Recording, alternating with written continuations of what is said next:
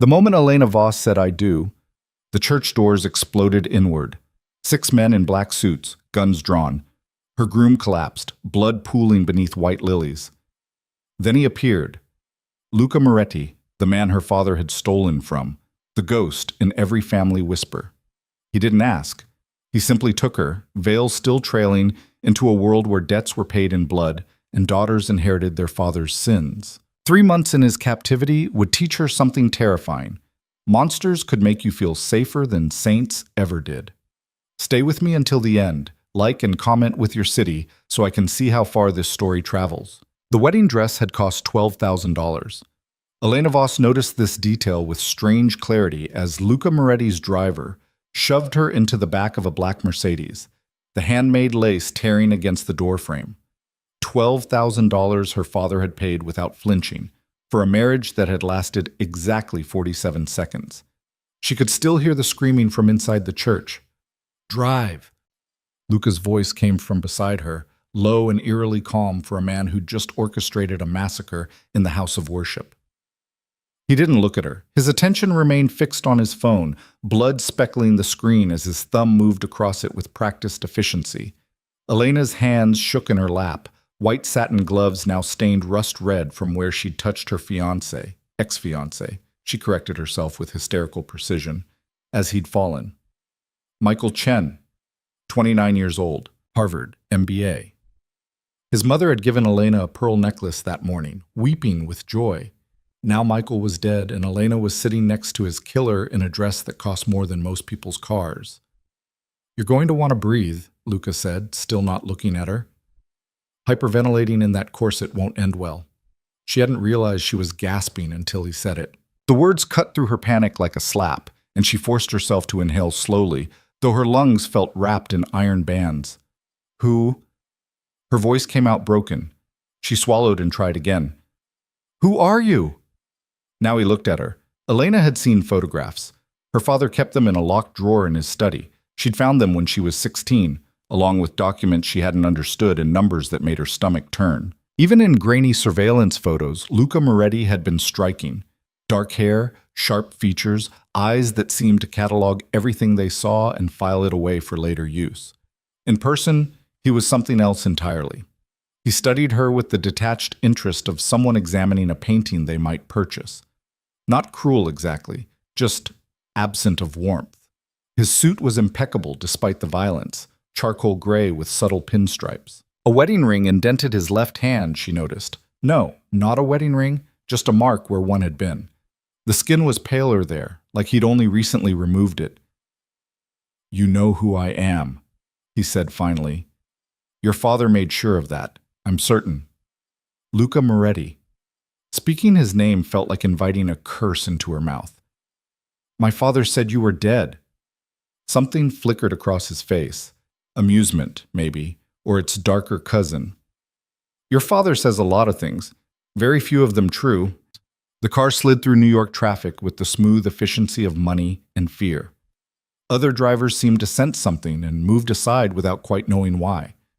Elena watched the city blur past, her city, now foreign and strange through tears she hadn't noticed falling. "Where are you taking me?" "Somewhere we can talk." You killed Michael. You killed him at our wedding." "I killed a man who knew exactly what kind of family he was marrying into and didn't care." Luca's tone remained conversational, like they were discussing the weather. "I killed a man who was going to help your father disappear the money he stole from me. I killed a man who made a choice, just like your father did, just like you're going to." Elena's blood turned to ice water. "I don't know anything about any money." "Then this will be a very educational conversation." The car pulled into an underground garage beneath a building Elena didn't recognize. Luca's driver, a thick-necked man with scars crossing his knuckles, opened the door and stood waiting. When Elena didn't move, Luca sighed. "You can walk, or Marco can carry you. Either way, you're coming upstairs." She walked. The elevator ride took less than a minute, but felt eternal. Elena caught her reflection in the polished steel doors. A ghost bride, mascara tracking down her cheeks, her carefully pinned hair collapsing in dark waves around her shoulders. She looked like something from a Gothic novel. She looked terrified. She was terrified. The penthouse opened directly from the elevator. Floor-to-ceiling windows overlooked Manhattan, the city glittering below like scattered diamonds. The decor was minimalist and expensive, the kind of space that screamed money without needing to say a word. Luca shrugged off his jacket and draped it over a chair. Beneath it, his white shirt was pristine except for 3 drops of blood near the collar. He caught her staring. "Not mine," he said simply. He rolled up his sleeves, revealing forearms corded with muscle and marked with scars. A tattoo ran up his left arm, something in Italian she couldn't quite read. "Sit." "I'd rather stand." "Sit, Elena. We're going to be here a while." The use of her name, familiar, intimate, made her skin crawl. But she sat, perching on the edge of a leather sofa that probably cost more than her college tuition. Luca poured himself 3 fingers of something amber from a crystal decanter and didn't offer her any. 12 years ago, he began, settling into a chair across from her, your father came to me with an opportunity. A real estate deal in Brooklyn, completely legitimate. I was looking to diversify, and Robert Voss had credentials that checked out. Harvard Business School. 15 years at Goldman Sachs. References that sang his praises. He paused to sip his drink, his eyes never leaving her face. I gave him $18 million to invest. That money represented 3 years of work, dozens of negotiations, carefully cultivated relationships. It was my way out, Elena. My chance to leave this life and build something clean. Elena's mouth had gone dry. Your father took that money, Luca continued as if she hadn't spoken, and disappeared. No deal, no Brooklyn real estate, no return on investment, just gone, like smoke. And you know what the brilliant part was? He'd structured everything through so many shells and offshore accounts that legally I had no recourse. I couldn't sue, couldn't report it. The money had never officially existed. My father wouldn't... Your father, Luca interrupted, his voice hardening for the first time, is a thief and a coward who let his business partners die rather than return what he stole. 3 men, Elena. 3 good men who vouched for him, who brought him to me. They paid with their lives for his betrayal. The room felt like it was tilting. Elena gripped the sofa's arm to steady herself. You killed them. I held them responsible for their recommendation. Yes. The casual admission made her stomach heave. She pressed a hand to her mouth, fighting nausea. Luca leaned forward, elbows on his knees, the glass dangling from his fingers. For 12 years, I've been looking for your father. He's good. I'll give him that. He covered his tracks well, changed names, moved countries, always stayed one step ahead. But then 6 months ago, he made a mistake. He came back to New York, Elena whispered. He came back to New York, Luca confirmed. For you. His precious daughter, graduating from Columbia with honors. He couldn't resist. Love makes people stupid. If you're going to kill me to hurt him, I'm not going to kill you, Elena. I'm going to give you a choice. Luca set down his glass and stood, crossing to the windows. Against the Manhattan skyline, he looked like something carved from shadow. Your father still has my money. All 18 million plus 12 years of interest. I want it back. I told you I don't know anything about... You don't. Yet. He turned to face her. But you're going to help me get it anyway. Elena stood, her dress rustling like dry leaves. I won't help you hurt my father. Then your father will watch you pay for his crimes instead. The words hung between them, sharp as broken glass. You said I had a choice, Elena said, her voice shaking. You do. Help me willingly or help me unwillingly. Either way, you help me.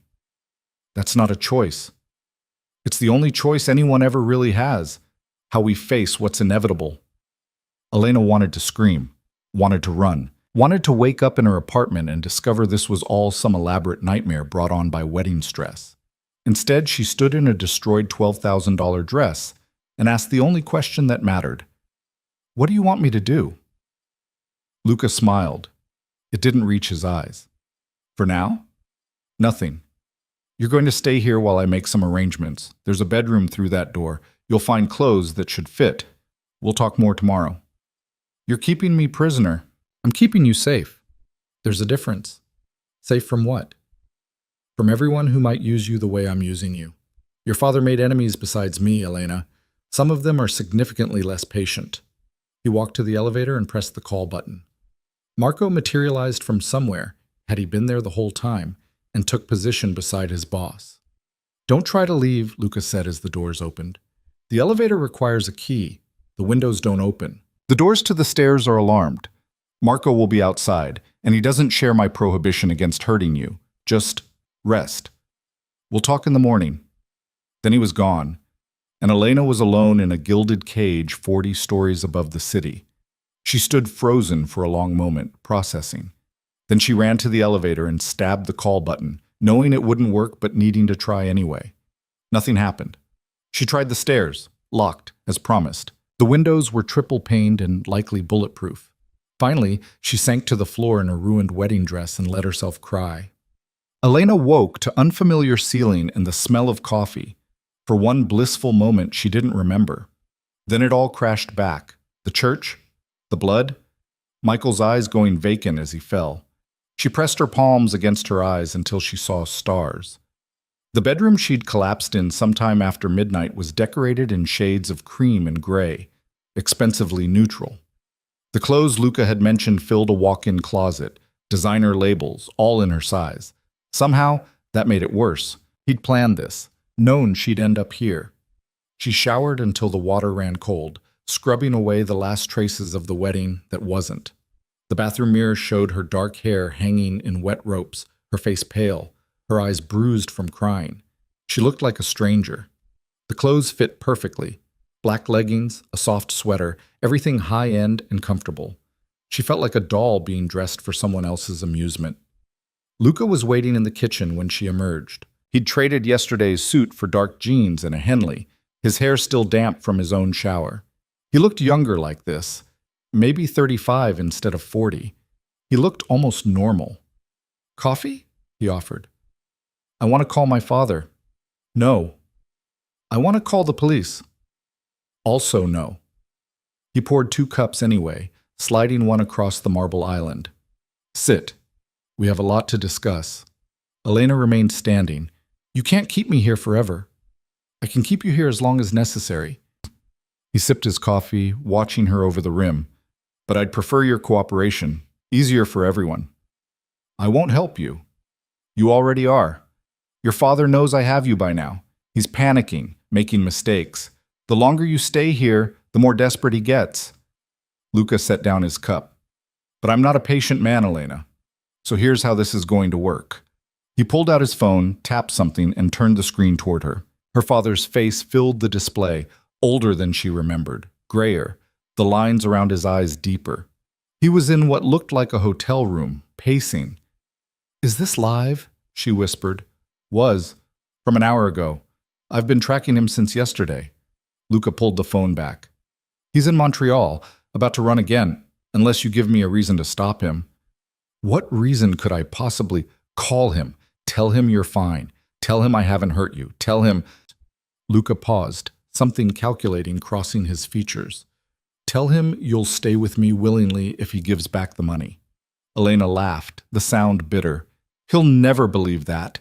"Then make him believe it." "Why would I?" "Because if you don't, I'll find him anyway, and when I do, I'll make sure you watch what happens next."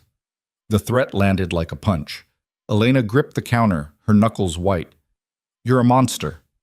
"Yes," Luca agreed simply. "But I'm a monster who keeps his word. Help me get my money back and you both walk away alive. Refuse, and I take everything. The money, his life, and whatever future you thought you'd have." He held out his phone. Elena stared at it for a long moment. Then, hating herself, she took it. Her father answered on the first ring. "Elena? Elena? Oh, Are you hurt? Did he hurt you?"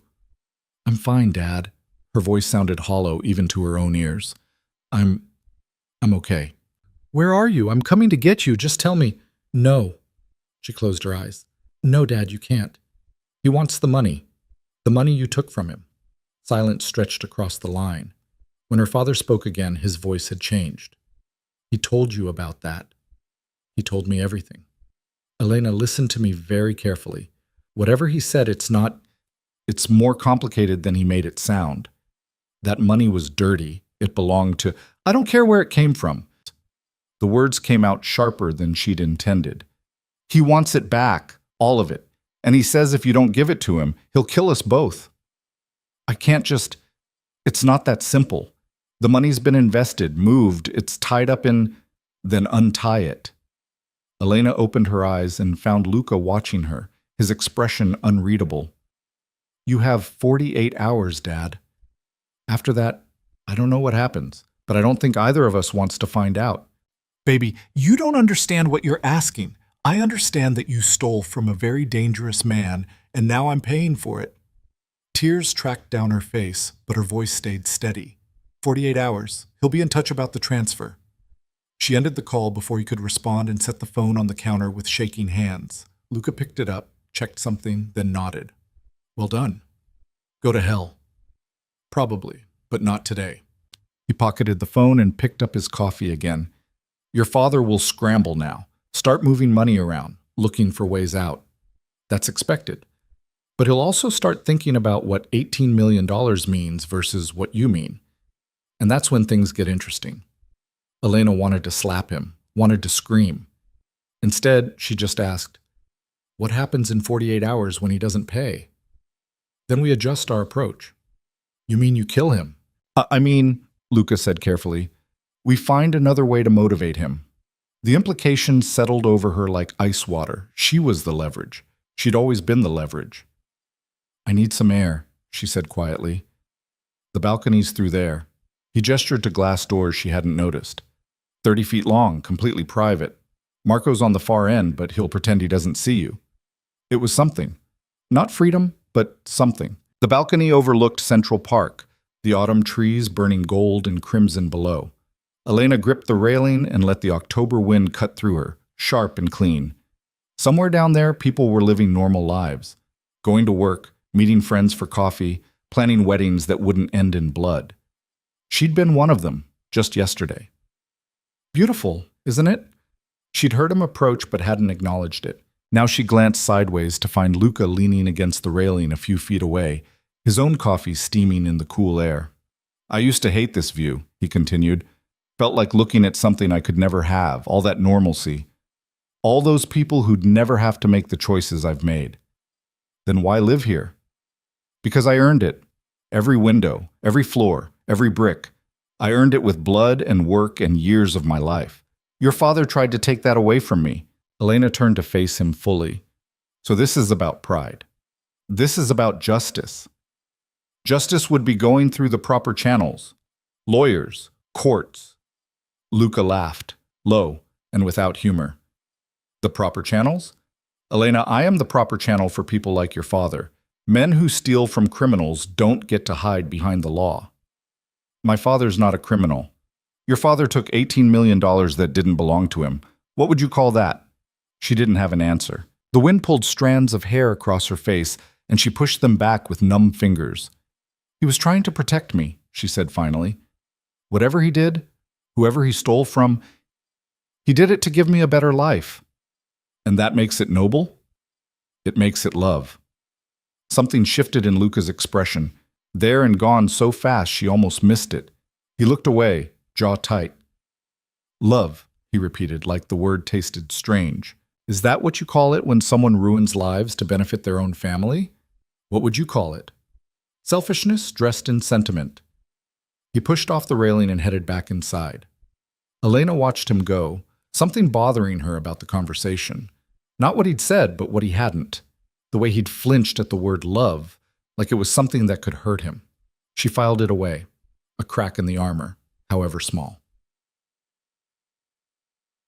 Ruthless. The next 48 hours passed in strange suspension.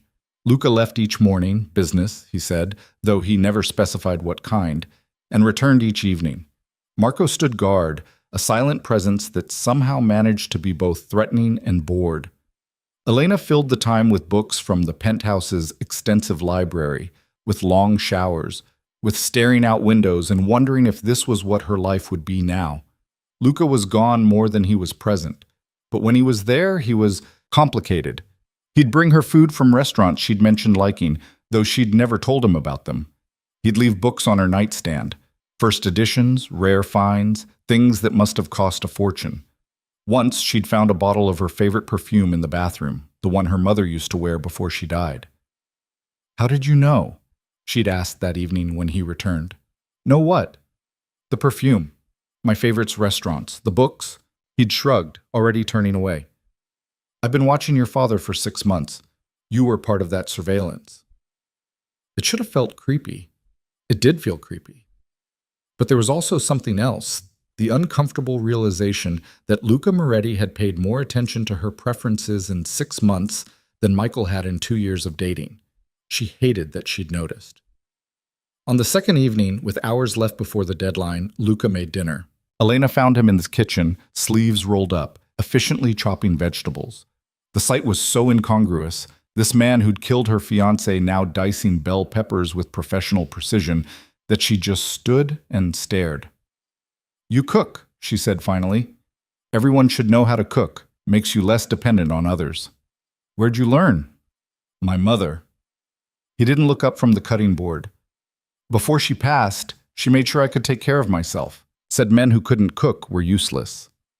It was the first personal thing he'd shared. Elena found herself moving closer, drawn by curiosity she didn't want to examine too closely. "What are you making?" "Risotto, Milanese style? Hungry?" She shouldn't be. Shouldn't want to share a meal with her captor like they were friends, like he hadn't destroyed her life. But the smell was incredible, and she hadn't eaten anything substantial in 2 days. "I guess," she admitted. They ate at the island, the silence broken only by the clink of silverware. The risotto was perfect, creamy and rich, the saffron turning it sunset gold. Elena ate slowly, savoring each bite despite herself. "You're good at this," she said. "I'm good at most things I set my mind to." Modest, too. The corner of his mouth twitched, almost a smile. "Modesty is for people who need to hide their competence. I don't." "You're also arrogant." "That's not arrogance, it's accuracy." He took a sip of wine. He'd poured her a glass too, which she'd ignored. "Tell me about Colombia. What did you study? Why do you care?" "I'm curious. Humor me." She shouldn't engage, shouldn't make this human, but something about the way he asked, genuine interest without expectation, made her answer. "Art history with a minor in business." "Art history." He said it like he was tasting the words. "Why?" "Because numbers made sense to my father. Spreadsheets, projections, quarterly reports. I wanted something that couldn't be reduced to a balance sheet." "And the business minor?"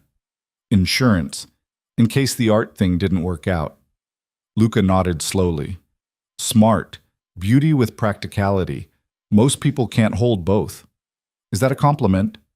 "An observation." They fell quiet again. Elena pushed risotto around her plate, not quite full, but unable to eat more. "What happens at midnight?" she asked. "When the deadline passes?" Luca's expression didn't change. "Your father calls, or he doesn't. Either way, we move forward." "Forward how?" "That depends on him." "You're going to kill him." "I'm going to do what's necessary." Elena set down her fork. "And me? What happens to me?" For the first time, Luca looked uncertain. It was barely there.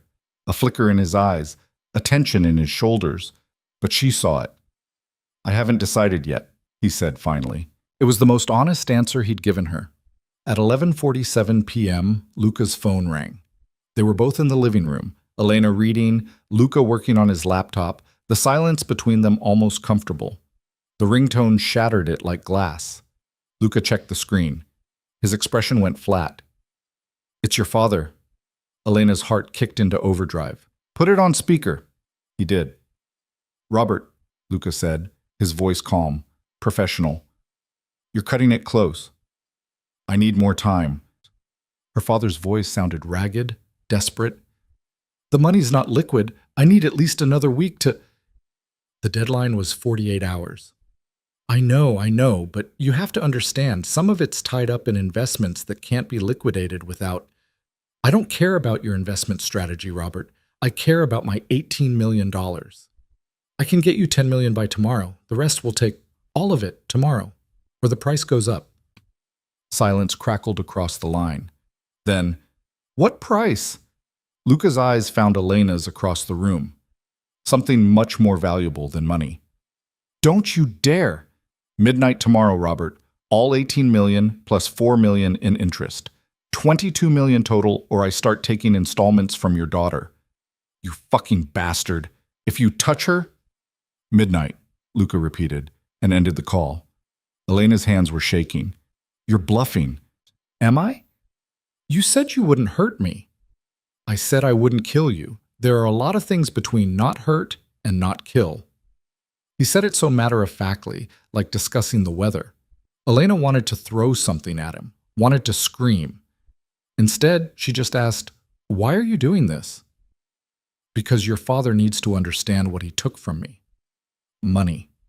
He took money. He took my future.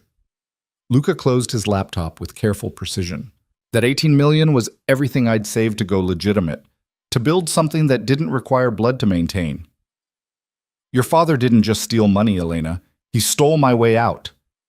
The raw emotion in his voice caught her off guard. She'd seen him cold, calculating, even amused. But this was real. So you became what he forced you to become, she said softly. I became what I was always going to become. He just removed my chance to be anything else. They stared at each other across the expensive room, two people trapped by circumstances neither had chosen. I'm sorry, Elena said, for what he did to you. I'm sorry. Luca's expression shuddered. Don't apologize for him. It's insulting to us both. Then what do you want from me? I want you to understand that this isn't personal. You're collateral damage. Wrong place. Wrong father. Wrong life. That doesn't make it better. No, he agreed. But it's the truth. He stood and headed toward his bedroom. At the doorway, he paused. Get some sleep, Elena. Tomorrow's going to be a long day. Then he was gone, and she was alone with her thoughts and the clock ticking toward midnight. Her father didn't call.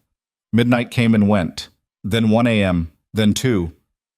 Elena paced the penthouse, exhaustion and anxiety warring in her blood. Luca had disappeared into his room and hadn't emerged. At 3:15, she couldn't take it anymore. She knocked on his door. No answer. Knocked again, harder. What? His voice came through muffled and annoyed. Can we talk? It's 3 a.m. I can't sleep. Silence. Then footsteps, and the door opened. Luca stood in the doorway wearing only sweatpants, his hair disheveled, his chest bare. Elena tried not to notice the scars crossing his torso, bullet wounds, knife marks, the evidence of a violent life written on his skin. Talk, he said. He's not going to pay. The words tumbled out. My father's not going to pay. He's going to run, and you're going to kill him, and I'm going to be stuck here forever. Probably accurate except the last part. What happens to me when you kill him? Luca leaned against the doorframe, studying her. Why do you assume I'll kill him? Because that's what you do. What you are. You don't know what I am. Then tell me. He was quiet for so long she thought he wouldn't answer. Then, I'm someone who makes hard choices so other people don't have to. I'm someone who provides services that society needs but pretends to condemn. I'm someone your father stole from and who has every right to take what's owed. That's not an answer. That's a justification. What do you want from me, Elena? Absolution? Understanding? I can't give you either. I want to know if you're going to hurt me. Her voice broke on the last word. I want to know if I'm going to die in this apartment for something I didn't do. Luca's expression softened, barely, but enough to notice. He reached out like he might touch her face, then stopped himself. No, he said quietly. You're not going to die. Not here, not because of this. That's a promise. Why should I believe you? Because I've never lied to you, not once. I've been cruel and I've been harsh, but I've never lied. It was true. She realized with a start that it was absolutely true. I'm scared, she admitted. You should be. Fear keeps you smart. I don't want to be smart. I want to be normal again. Something in his face cracked, just for a second, but she saw it. Grief, maybe, or recognition. Normal is a luxury people like us don't get, he said. Your father made sure of that when he took my money. I'm making sure of it by taking you. We're all just reactions to other people's choices now. That's bleak. That's life. Elena wrapped her arms around herself, suddenly cold despite the apartment's perfect climate control. Can I ask you something? You're going to anyway. Why didn't you just kill my father? Why take me instead? It would have been cleaner. Luca was quiet for a long moment. When he spoke, his voice was softer than she'd ever heard it. Because I wanted him to feel what I felt. Helpless. Watching something precious slip away, knowing you caused it, but being unable to fix it. He paused. And because killing you would have been wasteful. Wasteful. You're innocent in this. Punishing you permanently for his crimes would be inefficient. It was possibly the strangest compliment she'd ever received. Get some sleep, Luca said, already closing the door. Things will look different in the morning. Will they? No, but people always say that. The door clicked shut, leaving Elena alone in the hallway. She went back to her room and lay awake until dawn colored the windows, thinking about monsters and motives and the strange math of mercy. Bad. Morning brought news. Elena found Luca in the kitchen again, phone pressed to his ear, his expression darker than she'd ever seen it. He ended the call as she approached. Your father's in the wind, he said without preamble. Left Montreal 6 hours ago. Current location unknown. Her stomach dropped. So he ran. He ran. Luca set down his phone with controlled precision. Which means we adjust. Adjust how? You're going to help me find him. I don't know where he is, but you know how he thinks, where he'd go, who he'd contact. Luca poured coffee, his movements sharp with barely contained anger. 12 years I've been chasing this man. 12 years. And he's about to learn that taking my money was the second worst decision he ever made. What was the worst? Making me care whether his daughter lives or dies. The words hung between them, loaded with meaning Elena didn't want to examine. I won't help you kill him, she said. I'm not asking you to. I'm asking you to help me find him. What happens after that, we'll negotiate. Negotiate? Luca turned to face her fully. I'm not unreasonable, Elena. Your father stole from me. He owes me. But how I collect that debt? That has some flexibility. Meaning if you help me recover my money, I might be persuaded to let him live. He paused. Depending on how helpful you are. It was manipulation. Elena knew it was manipulation, but it was also a lifeline in a situation with no other exits. What do you need to know? She asked. They spent the next 3 hours at Luca's dining table, going through everything Elena knew about her father. His habits, his friends, the places he'd taken her as a child, the numbers he'd called most frequently, the accounts he'd mentioned in passing. Luca took notes with the focus of a man assembling a weapon, piece by piece. The cabin, he said suddenly, looking up from his laptop. You mentioned a cabin in Vermont. When I was 8, he sold it years ago. You're sure? Elena tried to remember. I think so. He said something about property taxes being too high. But you don't know for certain. No. Luca was already typing. His fingers flew across the keyboard, pulling up property records, tax documents, satellite imagery. He'd been doing this for hours, cross-referencing everything she said against databases she didn't know existed. There, he said, turning the laptop toward her. Purchased in 1998 under an LLC registered in Delaware. Title transferred in 2014 to... He stopped, his expression going cold. To another LLC. Different name, same registration agent. What does that mean? It means your father never sold the cabin. He just made it look like he did. Luca snapped the laptop shut. Pack a bag. We're leaving in an hour. We? You think I'm leaving you here? You're my insurance policy, Elena. Where I go, you go. I'm not going to help you. Yes, you are.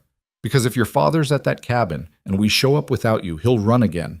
But if you're there, Luca stood, already moving toward his bedroom. If you're there, he might actually listen. Elena watched him disappear, her mind racing. This was it, her chance to see her father, to warn him, to maybe even escape.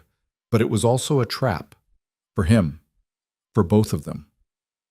She thought about the risotto, the books, the way Luca had promised she wouldn't die. She thought about Michael, bleeding out on white marble while Ave Maria played. She thought about choices and consequences and the strange way victims could become accomplices. Then she went to pack a bag. They drove north in a different Mercedes, black, armored, the windows tinted so dark the world outside looked like a negative image. Marco drove, Luca sat in back beside Elena, and two other men in suits followed in a second vehicle. "How many people do you need to confront one accountant?" Elena asked. "Accountants can be surprisingly dangerous when cornered." Luca didn't look up from his phone. "Your father's proven that already." "He's not dangerous, he's desperate." "Same thing, different vocabulary." They drove in silence for a while.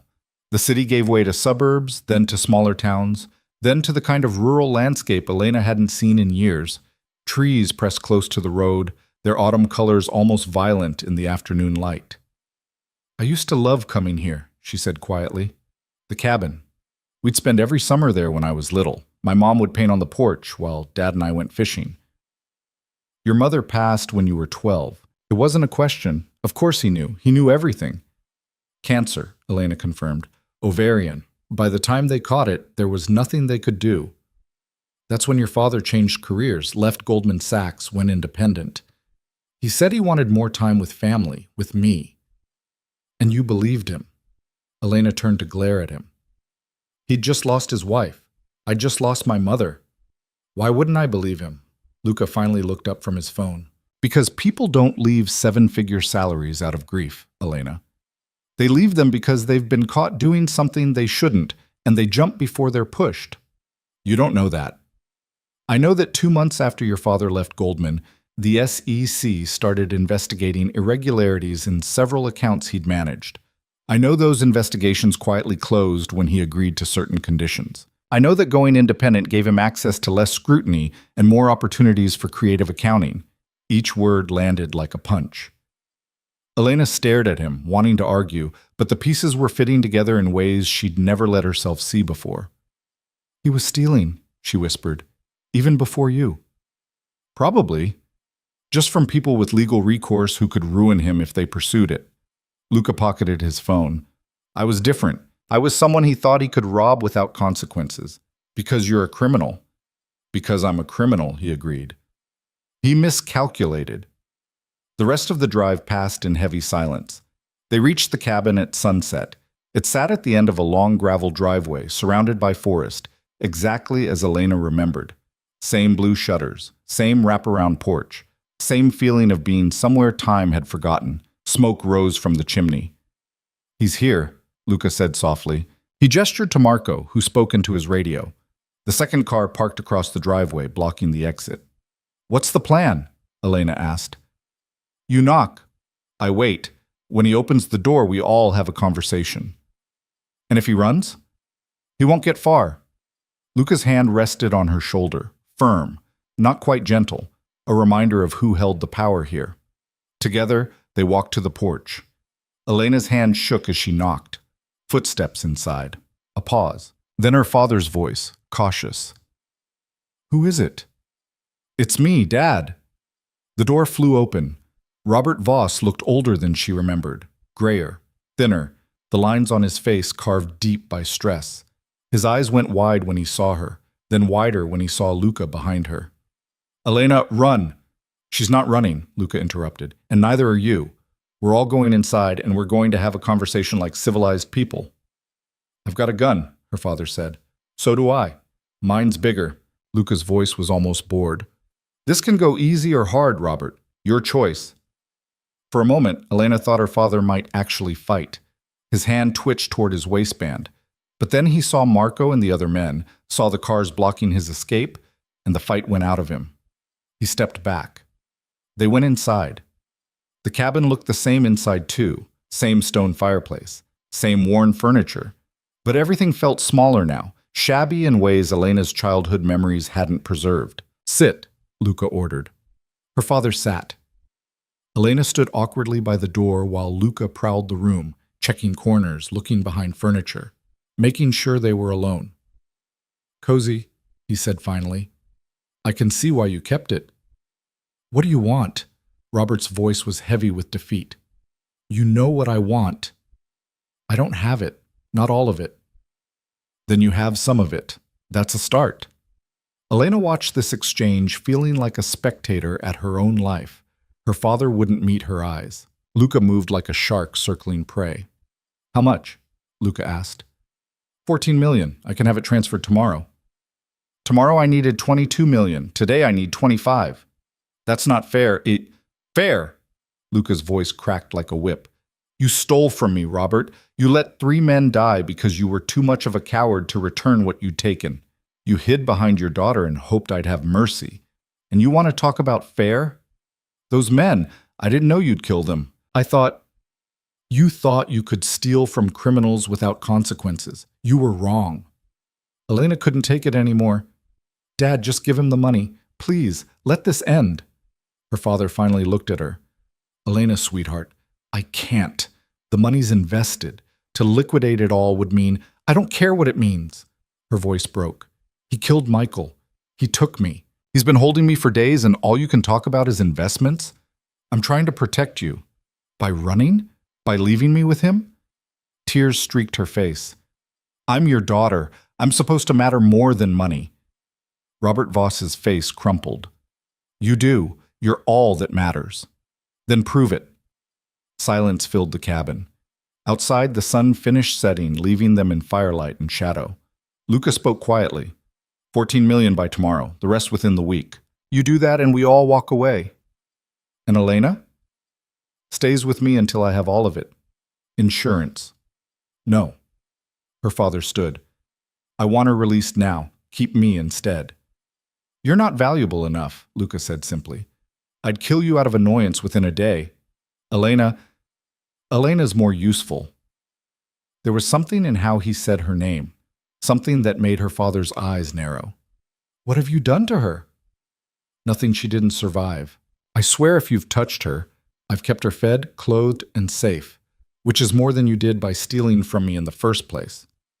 Luca moved to the door. 14 million, Robert. Tomorrow. Wire instructions will be sent within the hour. Don't disappoint me again. He gestured to Elena. She looked at her father one last time, this man who'd raised her, who'd apparently been lying to her for years, and followed her captor into the night. Behind them, her father's voice. I'm sorry, Elena. I'm so sorry. She didn't turn around. The drive back was quiet. Elena sat with her forehead pressed against the window, watching the dark forest blur past. Luca made phone calls in Italian, his voice low and clipped. When they were an hour from the city, he finally spoke to her. You did well. I betrayed my father. You saved his life. There's a difference. Is there? Yes. He was quiet for a moment. For what it's worth, I believe him. About the money being tied up. It would explain why he's been hiding instead of just paying me back. Does that change anything? No, he still stole from me. He still has to pay. What happens when he does? When you have all your money back? Luca looked at her in the dark car. What do you want to happen? It was a strange question, like her opinion mattered, like she had any say in this at all. I want to wake up and discover this was all a nightmare, she said. I want Michael alive. I want my father to be who I thought he was. I want my life back. Can't help with most of that. But when this is done, you'll get your freedom back. Will I? Elena turned to face him. You've seen where I live. You know my routines, my friends, my favorite places. You've basically memorized my entire life. How am I supposed to feel safe knowing you're out there, knowing all of that? You think I'd come after you? I think I have no idea what you'd do. That's the problem. Luca was quiet for a long time. Then, softly, I'd leave you alone. When this is over, I'd leave you alone completely. That's a promise. Your promises don't mean much to me. Then I'll just have to prove otherwise. They didn't speak again until they reached the city. 3 days later, the first transfer came through. $14 million, just as promised. Luca confirmed it on his laptop while Elena watched from the couch, her heart in her throat. First installment received, he said. So I can go? No, agreement was full payment. This is just down payment. You're moving the goalposts. I'm following our original terms. All of it, or you stay.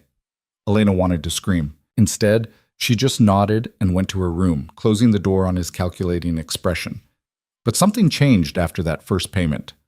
Luca started spending more time at the apartment, started eating meals with her instead of in his office, started asking her opinion on things, news articles, business decisions, what movie to watch. It felt like manipulation. It probably was manipulation, but it also felt like something else, something neither of them was willing to name. One evening, a week after the cabin, Elena found him on the balcony. He was smoking. She'd never seen him smoke before, staring out at the city. "Bad day?" she asked. "Complicated day." He offered her the cigarette. She surprised herself by taking it. "I didn't know you smoked." "I don't, usually." He watched her take a drag, something unreadable in his expression. "My mother would have killed me if she saw this." "Mine too." They stood in companionable silence, passing the cigarette back and forth. "Can I ask you something?" Elena said. "And will you answer honestly?" "Depends on the question." "Why did you really take me?" The truth, not the strategic answer. Luca was quiet for so long she thought he wouldn't respond. Then, "Because I wanted your father to lose something that mattered, and because—" He stopped himself. "Because?" "Because when I saw you at that wedding, I thought—" He shook his head. "It doesn't matter. Tell me anyway." He looked at her then, really looked at her, and Elena felt something shift between them. Something dangerous. "I thought you looked like someone who deserved better than what you were getting. Better than Michael Chen with his family money and empty promises. Better than a father who'd steal and hide and sacrifice you to save himself." He took the cigarette back, his fingers brushing hers. "I thought maybe you deserved the truth, even if it destroyed everything." "The truth about what?" "About who your father really is. What kind of life you've been living. What you could have instead." "With you?" She said it like a joke, but it came out wrong. Too serious, too real. "No, never with me." Luca crushed out the cigarette. "I'm the monster who kidnapped you, Elena. Don't romanticize that." But the way he looked at her when he said it made her wonder if he was trying to convince her or himself. That night, Elena lay awake thinking about monsters and motives, about the strange space between captor and captive where something else could grow. It terrified her. More than the kidnapping, more than the violence, more than any of it, because she was starting to understand Luca Moretti. And understanding him meant seeing past the monster to whatever lay beneath, and that was the most dangerous thing of all. The second payment came 2 weeks later, $4 million. 6 more days, Luca said, closing his laptop. "Then you're free." Elena should have felt relief. Instead, she felt complicated. "What will you do?" she asked. "After?" "Disappear for a while. Let things cool down. Your father made waves when he ran, waves that are still settling." "And me?" "You go back to your life, find a new job. I'm assuming the museum position fell through when you disappeared from your own wedding. Find new friends if the old ones ask too many questions. Start over." It sounded simple. It sounded impossible. "What if I don't want to start over?" Luca looked at her sharply. "What are you saying?" "I don't know. Elena stood, pacing. "For 3 weeks, I've been terrified of you, hated you, wanted to escape. But also, you're the only person who's told me the truth about anything. My father lied. Michael lied. Everyone in my life built this perfect fantasy around me, and you're the one who tore it down. That's not a reason to—" "I'm not finished." She stopped pacing, facing him. "I've spent 3 weeks watching you, learning how you think, seeing how you operate. And yes, you're dangerous. Yes, you've done terrible things, but you're also consistent, honest in your way. You keep your promises. Elena, when this is over, when I'm free, what happens if I don't want to leave?" The question hung between them like a live wire. Luca stood slowly. "You're traumatized. This is Stockholm Syndrome. Basic psychology." "Is it? Or is it clarity?" "It's a fantasy. I'm your captor. You're my hostage. That's the reality." "Then explain why you bring me books. Why you cook for me. Why you promised I wouldn't die." "Because I'm not a complete monster." "You're not a monster at all." The words surprised her as much as they seemed to surprise him. You're just someone who got pushed into a corner and fought back the only way you knew how.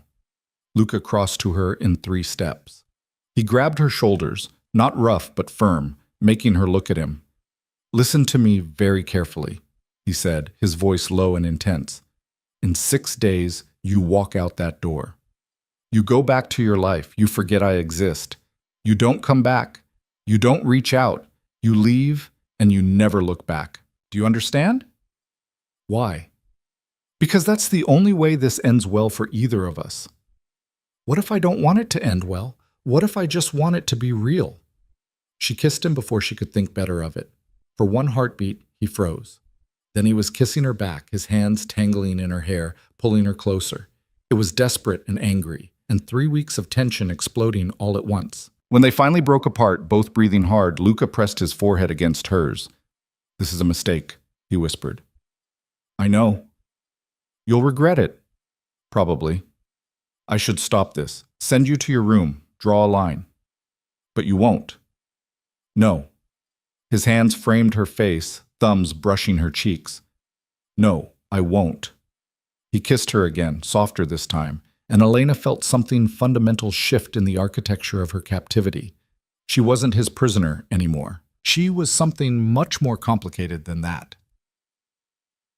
Sag. They didn't talk about it the next morning. Luca was gone before she woke, a note on the counter saying only business. Back tonight. Elena spent the day in a haze, replaying the kiss, trying to figure out what she'd done and why it felt simultaneously like the worst and best decision of her life. When Luca returned that evening, they ate dinner in careful silence. Then he said, "We need to talk." "I know. Last night was a mistake. You said no." He set down his fork. "I said it would be a mistake. I didn't say it was." Elena's heart skipped. "What are you saying?" "I'm saying that in 6 days your father's debt will be paid. You'll be free. And when that happens—" He paused, seeming to choose his words carefully. "When that happens, I want you to take a week. Live your life, see your friends, go back to everything normal. Then, if you still want this, whatever this is, you'll know it's real and not just trauma talking. And if I come back, then we figure it out together. And if I don't?" Something flickered across his face, hurt, maybe, quickly hidden. "Then I'll know I did the right thing by letting you go." It was the most honest, vulnerable thing he'd ever said to her. Elena reached across the table and took his hand. "I'll come back." "You don't know that." "Yes, I do." They sat like that, hands linked, the future uncertain but somehow less terrifying than it had been before. 4 days later, the final payment arrived. Luca confirmed the transfer, then closed his laptop with careful precision. "It's done," he said.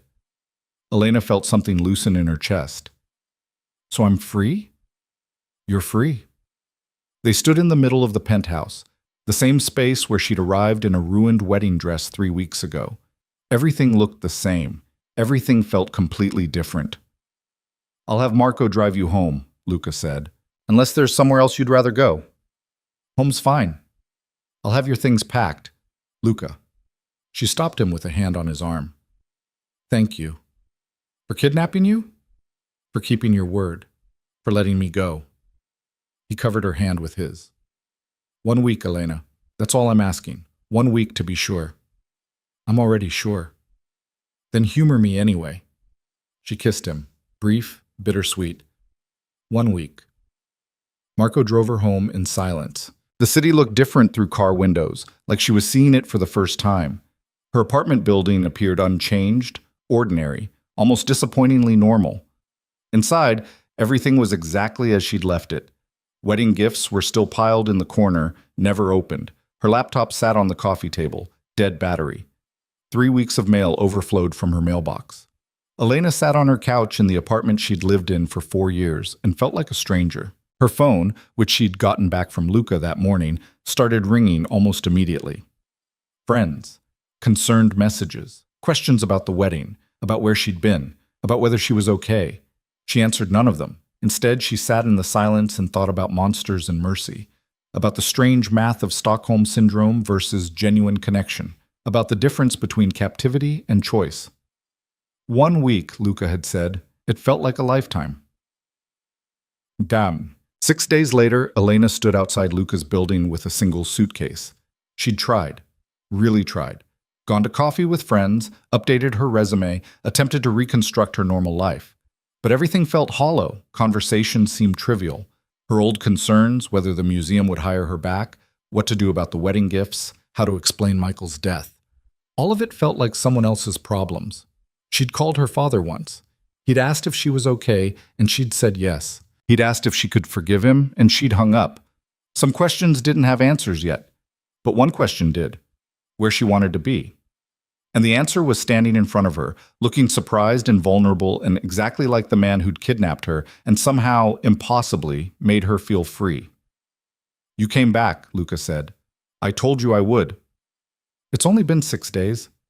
7 days? 6 days? The number doesn't matter. Elena set down her suitcase. "I came back because this is where I want to be. With you. Even knowing everything.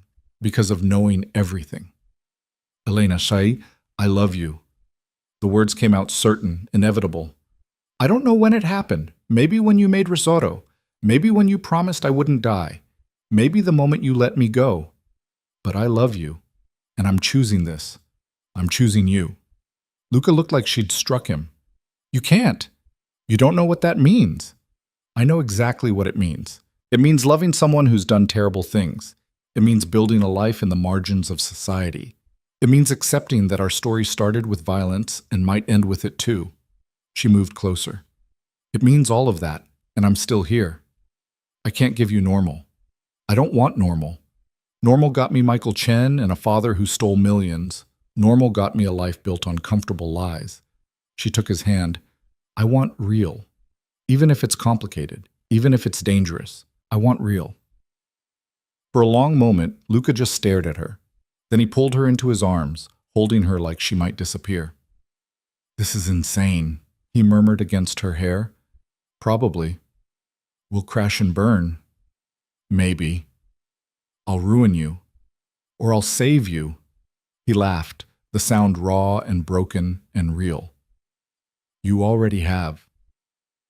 They stood on the sidewalk while the city moved around them, two people who'd found each other in the worst possible way and decided it didn't matter. When they finally pulled apart, Luca kept her hand in his. "Come upstairs," he said. "We need to talk about logistics, rules, how this works." "Or," Elena countered, "we could just figure it out as we go." "That's a terrible plan." "All my best decisions lately have been terrible plans."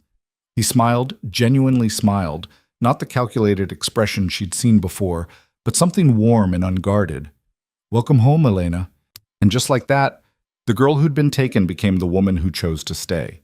The story wasn't over, they both knew that. Her father still existed. Luca's world was still dangerous. The foundation they were building was constructed on quicksand and maybe love and the strange alchemy of captor and captive becoming something else. But as they rode the elevator up to the penthouse, their penthouse now, Elena felt something she hadn't felt in 3 weeks. Hope. Not for a fairy tale ending, not for easy happiness, but for something real, something fought for, something chosen with eyes wide open. And maybe, just maybe, that was enough. The first month passed like a fever dream. Elena moved into the penthouse fully, her belongings filling the empty spaces Luca had maintained with careful distance. Her books lined his shelves, her clothes hung beside his in the closet. Her coffee mug, chipped porcelain with a faded museum logo, sat next to his minimalist black cup every morning. They were building a life. Or trying to. "You don't have to stay in all the time," Luca said one morning, watching her stare out the window at the city below. "You're not a prisoner anymore." "I know." "Then go out, see friends, live your life." Elena turned to face him. "What if this is my life now?" Something crossed his face, pleasure and concern tangled together. "You'll get bored eventually." "Will I?" He had no answer for that. The truth was more complicated than either of them wanted to admit. Elena had tried going back to her old routines. Coffee with her friend Sarah had lasted 20 minutes before the questions became too pointed, the concern too suffocating. How was she coping after Michael's death? Had she seen a therapist? Was she safe? She'd lied smoothly, Yes, she was fine. Yes, she was getting help. Yes, she was safe. The words had tasted like ash, because the real answer was impossible to explain. How could she tell anyone that she was living with the man who'd orchestrated Michael's murder? That she'd fallen in love with her kidnapper? That everything they thought they knew about her life was built on foundations that had crumbled the moment Luca Moretti walked into that church? So she'd stopped trying. She kept to the penthouse, to Luca's world, to the strange new normal they were constructing together. And if that made her dependent, isolated, too enmeshed, well, she'd chosen it with open eyes. Or so she told herself. I have to go to Chicago for a few days, Luca announced one evening over dinner. Business that needs handling in person. Elena's fork paused halfway to her mouth. What kind of business? The kind you don't need details about. Don't do that. Don't shut me out like I'm still just what? His eyes met hers, challenging. Just someone I kidnapped 3 months ago? Just someone who doesn't understand what I do or why? Just someone you don't trust. The words hung between them, sharp and true. Luca set down his wine glass with deliberate care. It's not about trust, Elena. It's about protection. The less you know about certain aspects of my work, the safer you are. I don't want to be safe. I want to be with you. You can't have both. She stood, her chair scraping against the floor. Then come with me to the Parker benefit next week. My old boss invited me. It's just a fundraiser, perfectly safe, completely normal. Show me you can exist in my world too. Luca's expression went carefully blank. That's different. How? Because your world is full of people who ask questions, who take photos, who'll wonder who I am and start digging into backgrounds that don't bear scrutiny. So we make up a story. You're a real estate developer, an investor, something boring and believable. Elena, unless you're ashamed of me. She said it quietly, but the words landed like bombs. Unless this us only works when it's hidden away in your penthouse where no one can see. Luca stood too, moving around the table to where she stood rigid with hurt and anger. He took her face in his hands, forcing her to meet his eyes. I would burn down every building in this city before I'd be ashamed of you, he said, his voice low and fierce. But the moment I walk into that benefit on your arm, I make you a target. Every enemy I have will see you as leverage. Every rival will see you as a weakness to exploit.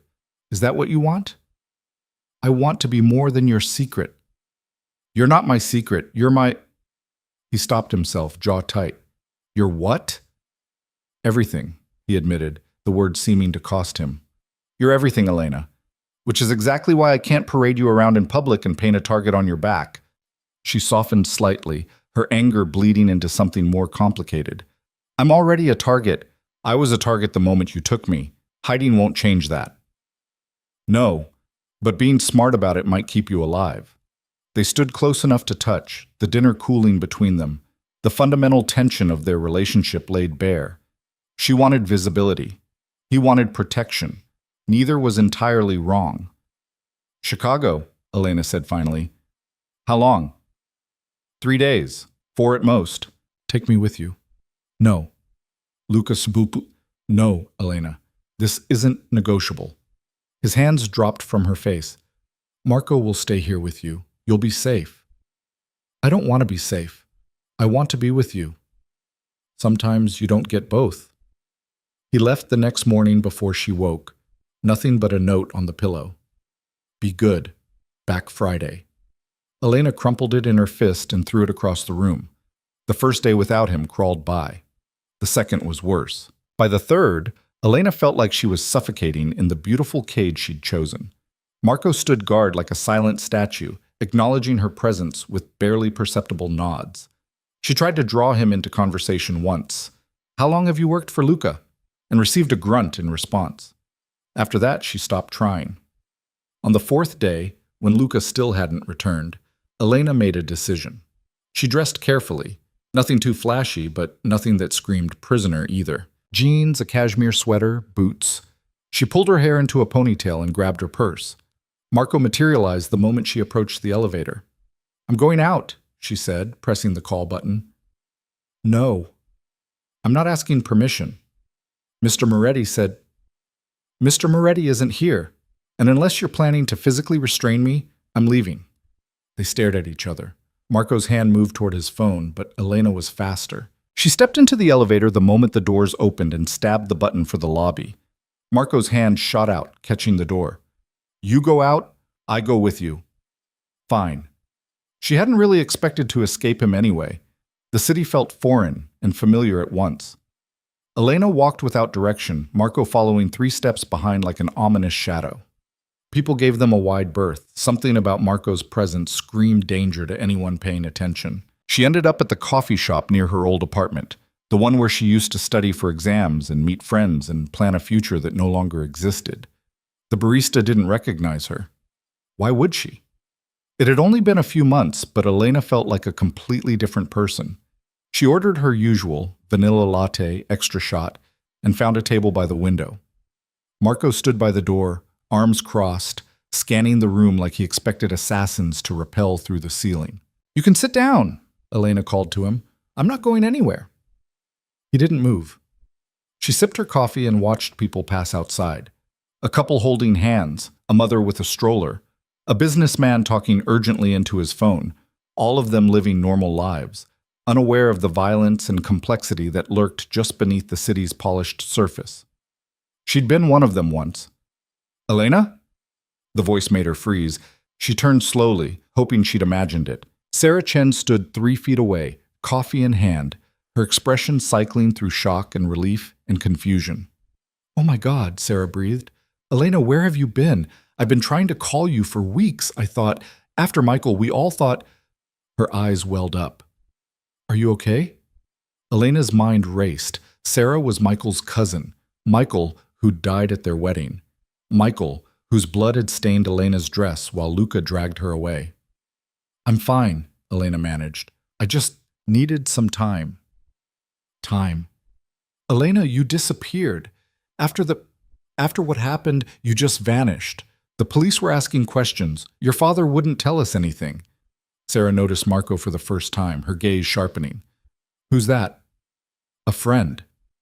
He doesn't look like a friend. He looks like a bodyguard. Sarah, I really can't what? Can't explain where you've been? Can't tell me why you're being followed by some guy who looks like he kills people for a living? Sarah's voice was rising, drawing attention. Michael is dead, Elena. Someone shot him at your wedding, and you just, disappeared with some mystery man? What am I supposed to think? Across the coffee shop, Marco had straightened, his hand moving inside his jacket. Elena stood quickly, putting herself between Sarah and the bodyguard. I'm sorry, she said, meaning it. I'm so sorry about Michael, about all of it, but I can't explain right now. It's complicated. Complicated? Sarah's laugh was bitter.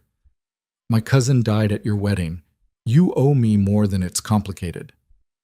I know, and I'm sorry, but I need you to trust me when I say I can't talk about this. Not here, not now. When then? I don't know. Sarah stared at her like she was looking at a stranger. Maybe she was. You've changed. I don't even recognize you anymore. The words struck deeper than they should have, because Sarah was right. The Elena who'd gotten engaged to Michael Chen, who'd planned a tasteful wedding and imagined a conventional future, that Elena was gone. In her place stood someone harder, more complicated, someone who'd chosen a monster over safety and couldn't quite regret it. I'm sorry, Elena said again, because there was nothing else to say. Sarah shook her head and walked away, leaving her coffee abandoned on the counter. Elena sank back into her chair, her hands shaking. Marco appeared at her elbow. We should go. Give me a minute? Now would be better. She looked up at him, really looked, and saw something she'd missed before. Concern. Beneath the professional menace, Marco was actually worried. Did I just make things worse? She asked. Probably. Will she go to the police? If she's smart, no. If she's angry, Marco shrugged. We'll deal with it. We or Luca? Same thing. They left the coffee shop and headed back to the penthouse in tense silence. Elena's phone rang twice during the elevator ride. Sarah's number both times. She ignored it. Inside the apartment, Marco finally spoke again. Mr. Moretti needs to know about this. I'll tell him. I'm telling him now. Marco, but he was already on his phone, speaking rapid Italian. Elena caught Luca's name, her own name, something that sounded like problema. When he hung up, Marco's expression was grim.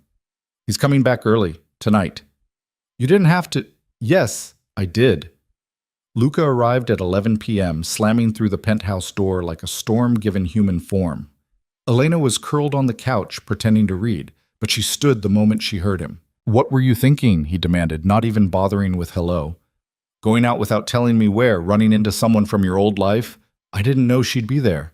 That's exactly the point. His voice cracked through the space. You don't know who'll be where. You don't know who's watching. You don't think about consequences. You just what? Just try to have a life outside these four walls? Elena's own anger rose to meet his. You left me here for 4 days with no word, no contact, nothing but Marco's charming company. What did you expect me to do? I expected you to be smart, to understand that there are people who'd love to use you against me. I'm not some fragile thing you can lock away for safekeeping. No, you're the woman I... He stopped himself, jaw clenched. You're someone who matters, which means you're someone who can get hurt. The shift from anger to raw honesty stopped Elena cold. She moved closer, her voice softening. I matter to you. You know you do.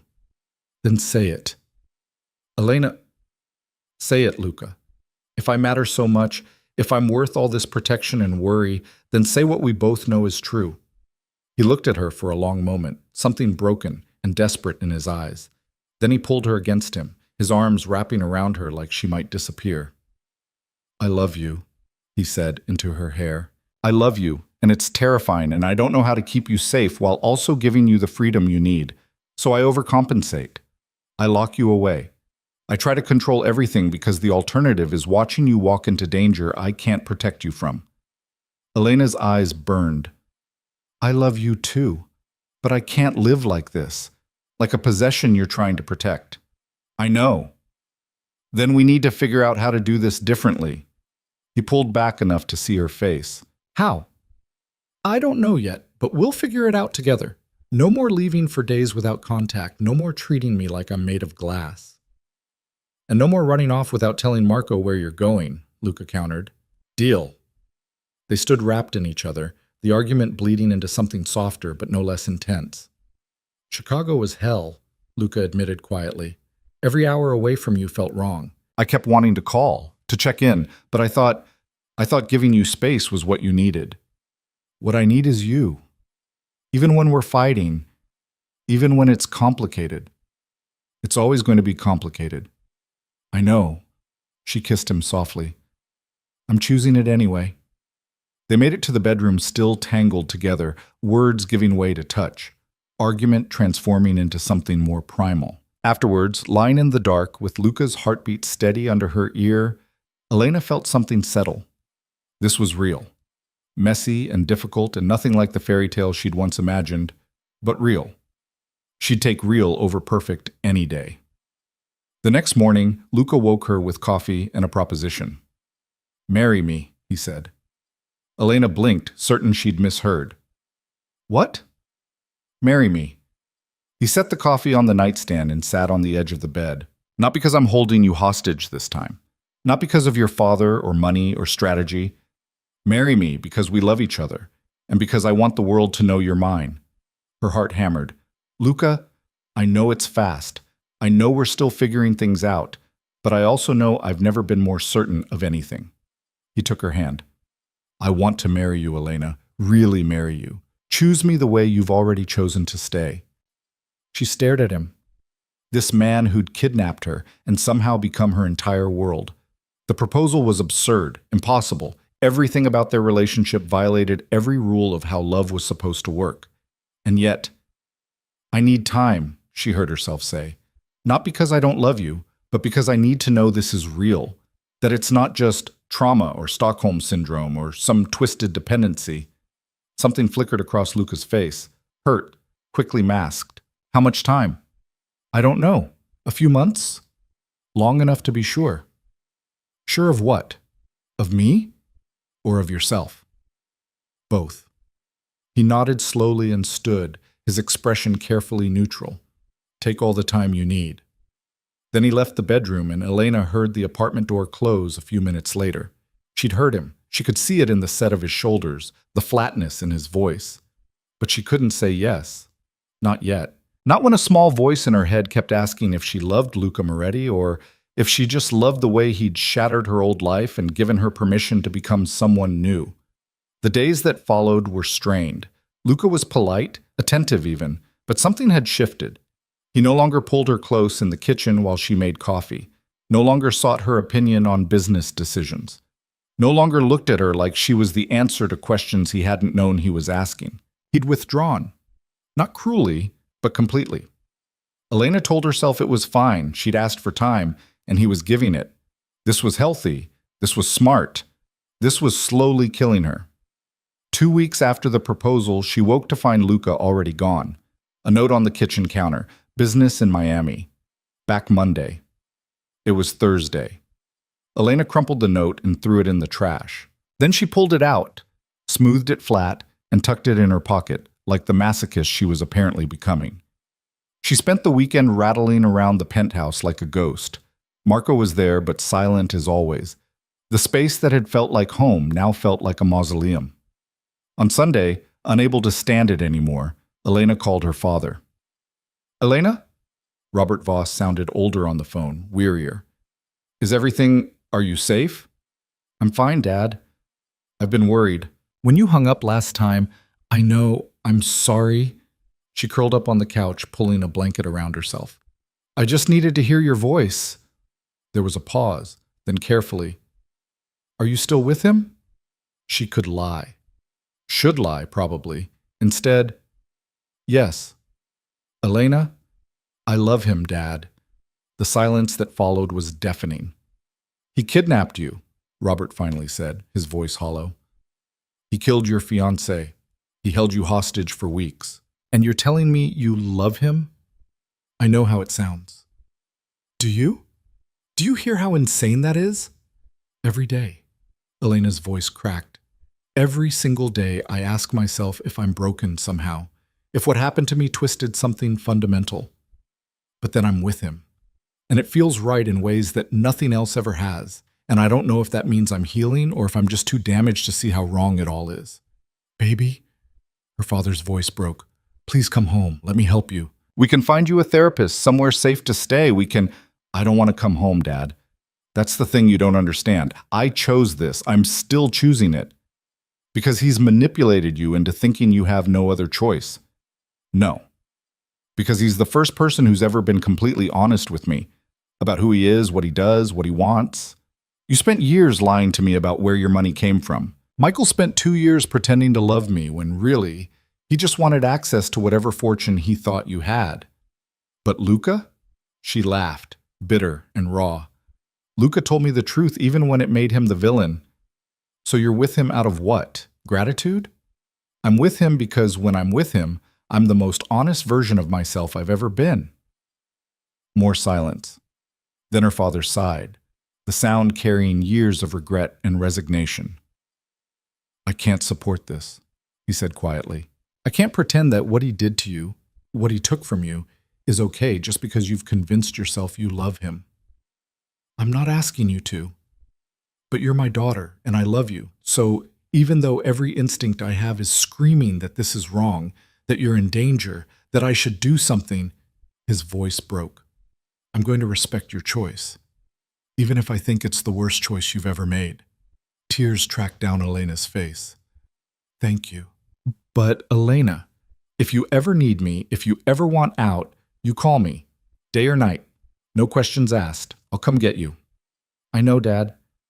They talked for a few more minutes about nothing, the weather, his new apartment in Toronto, whether she'd thought about going back to school. Normal conversation that felt surreal given everything underneath. When she hung up, Elena felt simultaneously better and worse. Her father's conditional acceptance helped, but his conviction that she was making a mistake burrowed under her skin like a splinter. Luca returned Monday evening carrying takeout from her favorite Thai place and acting like nothing was wrong. "Good weekend?" he asked, unpacking containers. "Fine. Marco said you stayed in." "There wasn't anywhere I wanted to go." They ate in silence, punctuated only by the clink of silverware. Elena pushed pad thai around her plate and wondered when they'd become strangers who happened to share a bed. I talked to my father, she said finally. Luca's fork paused. And? And he thinks I'm making a terrible mistake, that you've manipulated me, that I'm too damaged to see how wrong this is. He's probably right. Probably? She stared at him. That's all you have to say? What do you want me to say, Elena? That he's wrong? That this is healthy and normal and exactly how relationships should start? Luca set down his fork. Your father's not wrong. I did manipulate you. I did take you against your will. I did create circumstances where falling for me was easier than resisting. Just because you chose to stay doesn't erase how we started. So you agree with him. You think this is a mistake. I think this is complicated. He met her eyes. I think we're two broken people who found something that works in all the wrong ways. I think if I'd met you at a gallery opening or a coffee shop, we'd probably never have looked twice at each other. But I didn't meet you that way. I took you. And that's always going to be the foundation we're building on. Kidnapping and coercion and Stockholm syndrome, no matter how real the feelings become. Then why propose? Her voice rose. Why ask me to marry you if you think this is fundamentally fucked up? Because I'm selfish, says. He said it simply, without shame. Because I love you, and I want to keep you, even knowing I probably shouldn't. Because the idea of you leaving destroys me in ways I didn't know I could still be destroyed. Elena stood abruptly, her chair scraping back. I can't do this. Do what? This limbo where you're distant and cold and act like you're just waiting for me to wake up and realize I've made a mistake. If you want me to leave, tell me. If you want me to stay, act like it. Luca stood too, his control finally cracking. I want you to be sure, Elena. I want you to choose me knowing exactly what that means. Not because I've manipulated you or isolated you or made you dependent, but because you genuinely want this life. This complicated, dangerous, morally questionable life. I do want it. Then marry me. The words hung between them like a challenge. Elena opened her mouth, closed it. Her heart hammered against her ribs. She swallowed hard. I can't. Not yet. Luca's expression went carefully blank. Then we're done here. What? You want me to choose between giving you space and showing you I want you to stay. But I asked you to marry me, and you said you needed time. So that's what I'm giving you, time and space to figure out what you actually want. When you decide, let me know. He grabbed his jacket and headed for the door. Where are you going? Elena demanded. Out, to give you the space you keep saying you need. Luca. But he was already gone. Elena stood alone in the penthouse, surrounded by takeout containers and the wreckage of another fight, and realized with crystal clarity that she was losing him, not to another woman, not to violence or danger or any of the external threats she'd worried about. She was losing him to her own uncertainty. The question was whether that uncertainty was protecting her or destroying the best thing, broken as it was, that had ever happened to her. She didn't know the answer, but as the hours ticked by and Luca didn't return, as night deepened and his side of the bed stayed empty, Elena started to suspect that uncertainty was a luxury she could no longer afford. By the time dawn broke over Manhattan, painting the penthouse in shades of gold and regret, Elena had made her decision. She just hoped she hadn't realized it too late. Luca didn't come home that night. Or the next. Elena spent 48 hours cycling through anger, fear, and a gnawing certainty that she'd finally pushed too far. Marco remained his usual stoic self, offering no information beyond a terse, "He's fine," when she asked if Luca was okay. On the third morning, she found Marco in the kitchen making coffee. "Where is he?" she demanded. "Working." "Where, Marco?" The bodyguard studied her for a long moment, something like sympathy crossing his scarred features. "You want my advice?" "Yes." "Stop waiting for him to come back and go find him yourself." Elena blinked. "You know where he is?" "I always know where he is." Marco pulled out his phone, typed something, and showed her the screen. An address in Brooklyn, some kind of warehouse district. "He's been there since Monday night, probably punishing himself for caring too much. Will you take me? I'll drive you. What happens after that is between you two." They made the drive in tense silence, Marco navigating Brooklyn's industrial streets with practiced ease. The warehouse he finally stopped in front of looked abandoned. Broken windows, graffiti-covered walls. The kind of place where bad things happened and nobody asked questions. Elena's stomach clenched. This is where he's been staying? This is where he goes when he needs to think. Marco killed the engine. Or when he needs to hurt something, usually both. She climbed out of the car before she could lose her nerve. The warehouse door wasn't locked. Inside, the space opened into a vast industrial cavern filled with workout equipment, a boxing ring, and what looked disturbingly like interrogation equipment in the far corner. And in the center of it all, Luca. He was shirtless, circling the heavy bag with predatory focus, his fists wrapped in tape. Sweat gleamed on his skin, highlighting the scars she'd traced with her fingers in the dark. He hadn't noticed her yet. Lost in the rhythm of punch after punch, each impact echoing through the empty space like gunshots. Elena watched him for a long moment, seeing clearly what she'd tried not to see before. This was who he was underneath the expensive suits and careful control. This was the violence he'd built his empire on, the capacity for harm that made men like Marco follow his orders without question. She should be terrified. Instead, she felt something settle in her chest, a certainty that had eluded her for weeks finally clicking into place. "You're going to break your hands if you keep that up," she called out. Luca spun, shock flickering across his features before he masked it. "How did you find me?" "Marco told me." "Marco's fired." "No, he's not." Elena walked closer, her footsteps echoing. "We need to talk." "I thought you needed space." "I was wrong. What I needed was to stop being afraid." He unwrapped his hand slowly, watching her approach like she might be a mirage. "Afraid of what?" "Of this. Of us. Of admitting that I don't want safe or normal or any of the things I thought I was supposed to want." She stopped a few feet away, close enough to see the exhaustion in his eyes. "I love you, Luca. Not because you kidnapped me, or because I have Stockholm Syndrome, or because I'm too damaged to know better. I love you because you're honest about who you are, because you keep your promises, because when you look at me, you see who I actually am instead of who you want me to be." "Elena, I'm not finished." She moved closer. "You asked me to marry you, and I said I needed time. But what I really needed was to understand why I was so afraid to say yes, and I figured it out these past 3 days without you." "What did you figure out?" "That I was waiting for permission. From my father, from society, from some invisible authority that would validate this completely insane relationship and tell me it's okay to love a man who started as my captor." Her voice cracked. "But I don't need permission. I just need to be brave enough to choose what I want instead of what I'm supposed to want." Luca's expression was unreadable. "And what do you want?" "You, this, all of it." She closed the remaining distance between them. "Ask me again." "Ask you what?" "You know what." For a moment, he just stared at her. Then he cupped her face in his hands, his thumbs brushing her cheekbones, and she felt him trembling. "Marry me," he said, his voice raw. "Marry me, Elena, not because it makes sense or because anyone approves, but because I love you and I want to spend whatever time we have building something real together." "Yes." The word hung between them for one perfect second. Then Luca kissed her like a man who'd been drowning and finally found air. And Elena kissed him back with 3 days of fear and loneliness and certainty poured into it. When they finally broke apart, both breathing hard, Luca pressed his forehead against hers. "You're sure?" he asked. "Completely. You understand what you're signing up for?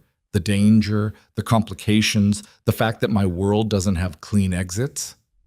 I understand that I'd rather have a complicated life with you than a safe life without you." He laughed, the sound broken and relieved. "When? When what? When do you want to get married?" Elena smiled against his mouth. "Yesterday, tomorrow. I don't care. Whenever you want. Tonight." She pulled back to look at him. "Tonight? Luca, we can't just be We can. I know a judge who owes me a favor. We get the license, he performs the ceremony, and by midnight you're Elena Moretti." His eyes searched hers. "Unless you want something big, traditional. Your father walking you down the aisle." "My father walked me down the aisle once. That didn't end well." She kissed him softly. "Tonight is perfect. Just us." They were married at 11 p.m. in the study of Judge Richard Hammond, a man who asked no questions and signed the certificate with practiced efficiency. Marco and his wife served as witnesses, the latter producing a small bouquet of white roses from seemingly nowhere. Elena wore a simple black dress. Luca wore the same clothes he'd been training in, though he'd at least put on a shirt. It was nothing like her first wedding. No church, no guests, no $12,000 dress. It was perfect. I do, she said when asked, and meant it with everything she was. I do, Luca echoed, sliding a simple platinum band onto her finger. When the judge pronounced them married, Luca kissed her like they were alone in the universe, and Elena felt something fundamental shift. This was real. This was hers. This was the life she'd chosen with open eyes and a willing heart. They spent their wedding night in the warehouse, making love on the mats beneath the boxing ring with the city's distant sounds filtering through broken windows. It was raw and desperate and nothing like the romantic night Elena had once imagined. It was theirs. Afterward, lying tangled together with Luca's jacket serving as their blanket, Elena traced the scars on his chest. "Tell me about this one," she said, touching a puckered mark near his ribs. "Knife fight in Moscow, 10 years ago. This one," a circular scar on his shoulder. "Bullet, Miami, 8 years ago. And this?" A long line across his abdomen. Luca caught her hand. "That one's not from a fight." "Then what?"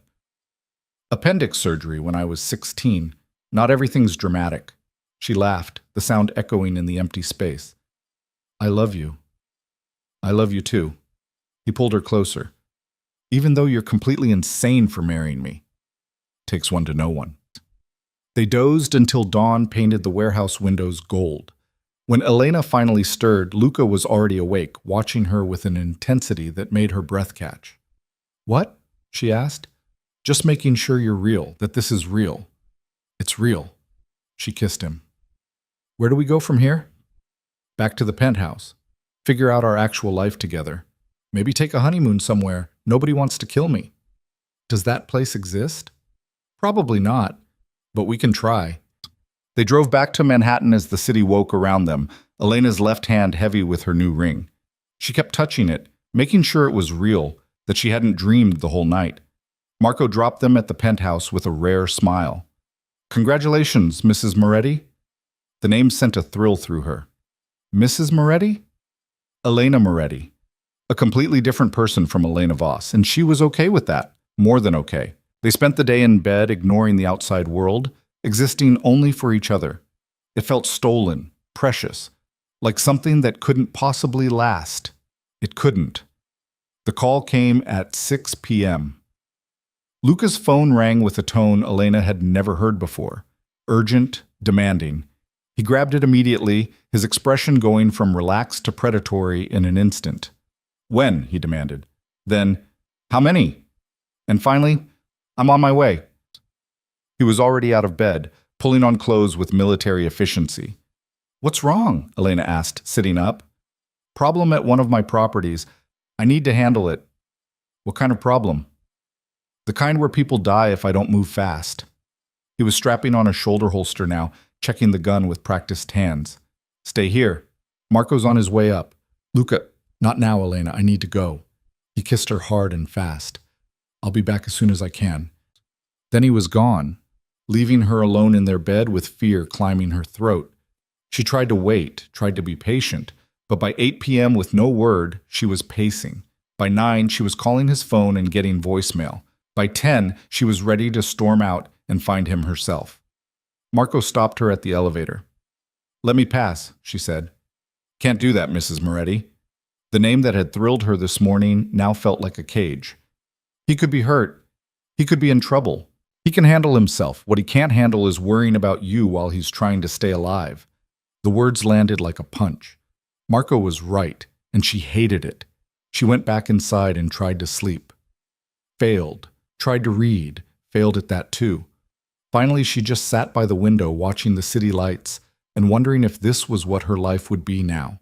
Waiting, worrying, never quite knowing if the man she loved would come home. Luca returned at 2 a.m. covered in someone else's blood. Elena had dozed off on the couch, but his entrance jolted her awake. She took in the blood spatter on his shirt, the cut above his eyebrow, the darkness in his eyes, and her stomach turned. "Are you hurt?" she asked, moving toward him. "Not my blood." "Whose then?" "People who made very bad decisions." He moved past her toward the bathroom. "I need to shower." She followed him, watching as he stripped off the ruined clothes and stepped under the spray. The water ran pink, then red, then finally clear. Elena grabbed a towel and waited. When he emerged, some of the darkness had left his eyes, but not all of it. "What happened?" she asked quietly. "Rivals thought they could move in on my territory while I was distracted. They were wrong." "Distracted by what?" His eyes met hers. "By you. By us. By playing house instead of maintaining the fear that keeps people in line." The word stung. "So this is my fault?" "No, it's mine for thinking I could have both, you and this life." He sat heavily on the bed. "They targeted the warehouse in Red Hook, killed 2 of my guys, would have taken the whole shipment if we hadn't gotten there in time." "What shipment?" "You don't want to know." "Stop doing that. Stop protecting me from the truth." But Luca looked at her, really looked, and she saw exhaustion and frustration and something that might have been fear. "Weapons," he said finally. "High-grade military equipment coming in from overseas. That shipment was worth $15 million and represented 6 months of negotiations. They knew exactly when and where to hit." "So someone told them." "Someone always tells them. Question is who?" He ran his hands through his wet hair. "I have a rat in my organization, Elena. Someone feeding information to my enemies, and until I find them, everyone's a target, including you." The fear she'd been suppressing all night crashed over her. "What do we do?" "I tighten security. I start cutting people loose until I find the leak. I make an example of whoever's responsible that'll remind everyone why crossing me is a death sentence." He said it so matter-of-factly, like discussing the weather. This was the man she'd married, capable of calculated violence, of making people disappear, of ruling through fear. Elena sat beside him, taking his hand. "What can I do to help?" "Stay safe. Stay here. Let me handle this." "That's not helping. That's hiding." "Same thing in this case." He squeezed her hand. "I need to know you're protected, Elena. That's how you help, by not becoming another thing I have to worry about." It was a reasonable request. It was also a lie, and they both knew it. He didn't just want her safe. He wanted her separate from this part of his life, kept pristine and untouched by the violence that funded their lifestyle. But Elena had walked into this marriage with open eyes. She couldn't pretend now that some parts of Luca's world were too dirty to touch. "Okay," she said anyway, because fighting him while he was bleeding and exhausted seemed cruel. "I'll stay here." "Thank you." They lay down together, but sleep didn't come easily. Elena felt Luca's tension, heard his breathing stay irregular and alert. This was the cost of loving a man like him. Nights spent waiting, days spent wondering, the constant low-grade fear that one day he wouldn't come home at all. She'd chosen it. She had to live with it. The next week was tense. Luca was gone more than he was present, coming home at odd hours smelling of cigarettes and adrenaline. He didn't share details, but Elena could read the story in his clenched jaw and dark eyes. People were dying, and Luca was the one killing them. She tried to maintain normalcy, cooked meals that went cold waiting for him, read books she couldn't focus on, rearranged the apartment just to have something to do. But the walls felt closer every day, the luxury penthouse transforming back into a cage. On Thursday, she broke. "I need to get out," she told Marco. "Just for a few hours. Shopping, coffee, anything." Marco shook his head. Mr. Moretti said, "I know what he said. But I'm asking you, as someone who's been married," she'd learned about Marco's wife during the wedding, "would you want her locked up, even for her own safety? Or would you trust her to be smart and careful?" Something flickered in Marco's expression. "You fight dirty, Mrs. Moretti." "I learned from the best." He sighed. 2 hours. Public places only, and I'm with you the entire time. Deal. They ended up at the Museum of Modern Art, Elena's old haunt from her Columbia days. She wandered the galleries while Marco trailed behind, letting herself get lost in color and form and the kind of beauty that had nothing to do with violence. She was standing in front of a Rothko, letting the red and orange wash over her, when someone spoke behind her. "Elena Voss, didn't expect to see you here." She turned to find James Porter, her former boss from the museum, looking at her with complicated expression. "It's Elena Moretti now," she said automatically. "Right. I heard you got married, quite suddenly." His tone was carefully neutral. "After the tragic incident at your first wedding. James, I'm not judging, I'm just concerned. You disappeared from work, from your life. People were worried. I'm fine. Really. Are you?" He glanced at Marco, whose presence screamed bodyguard.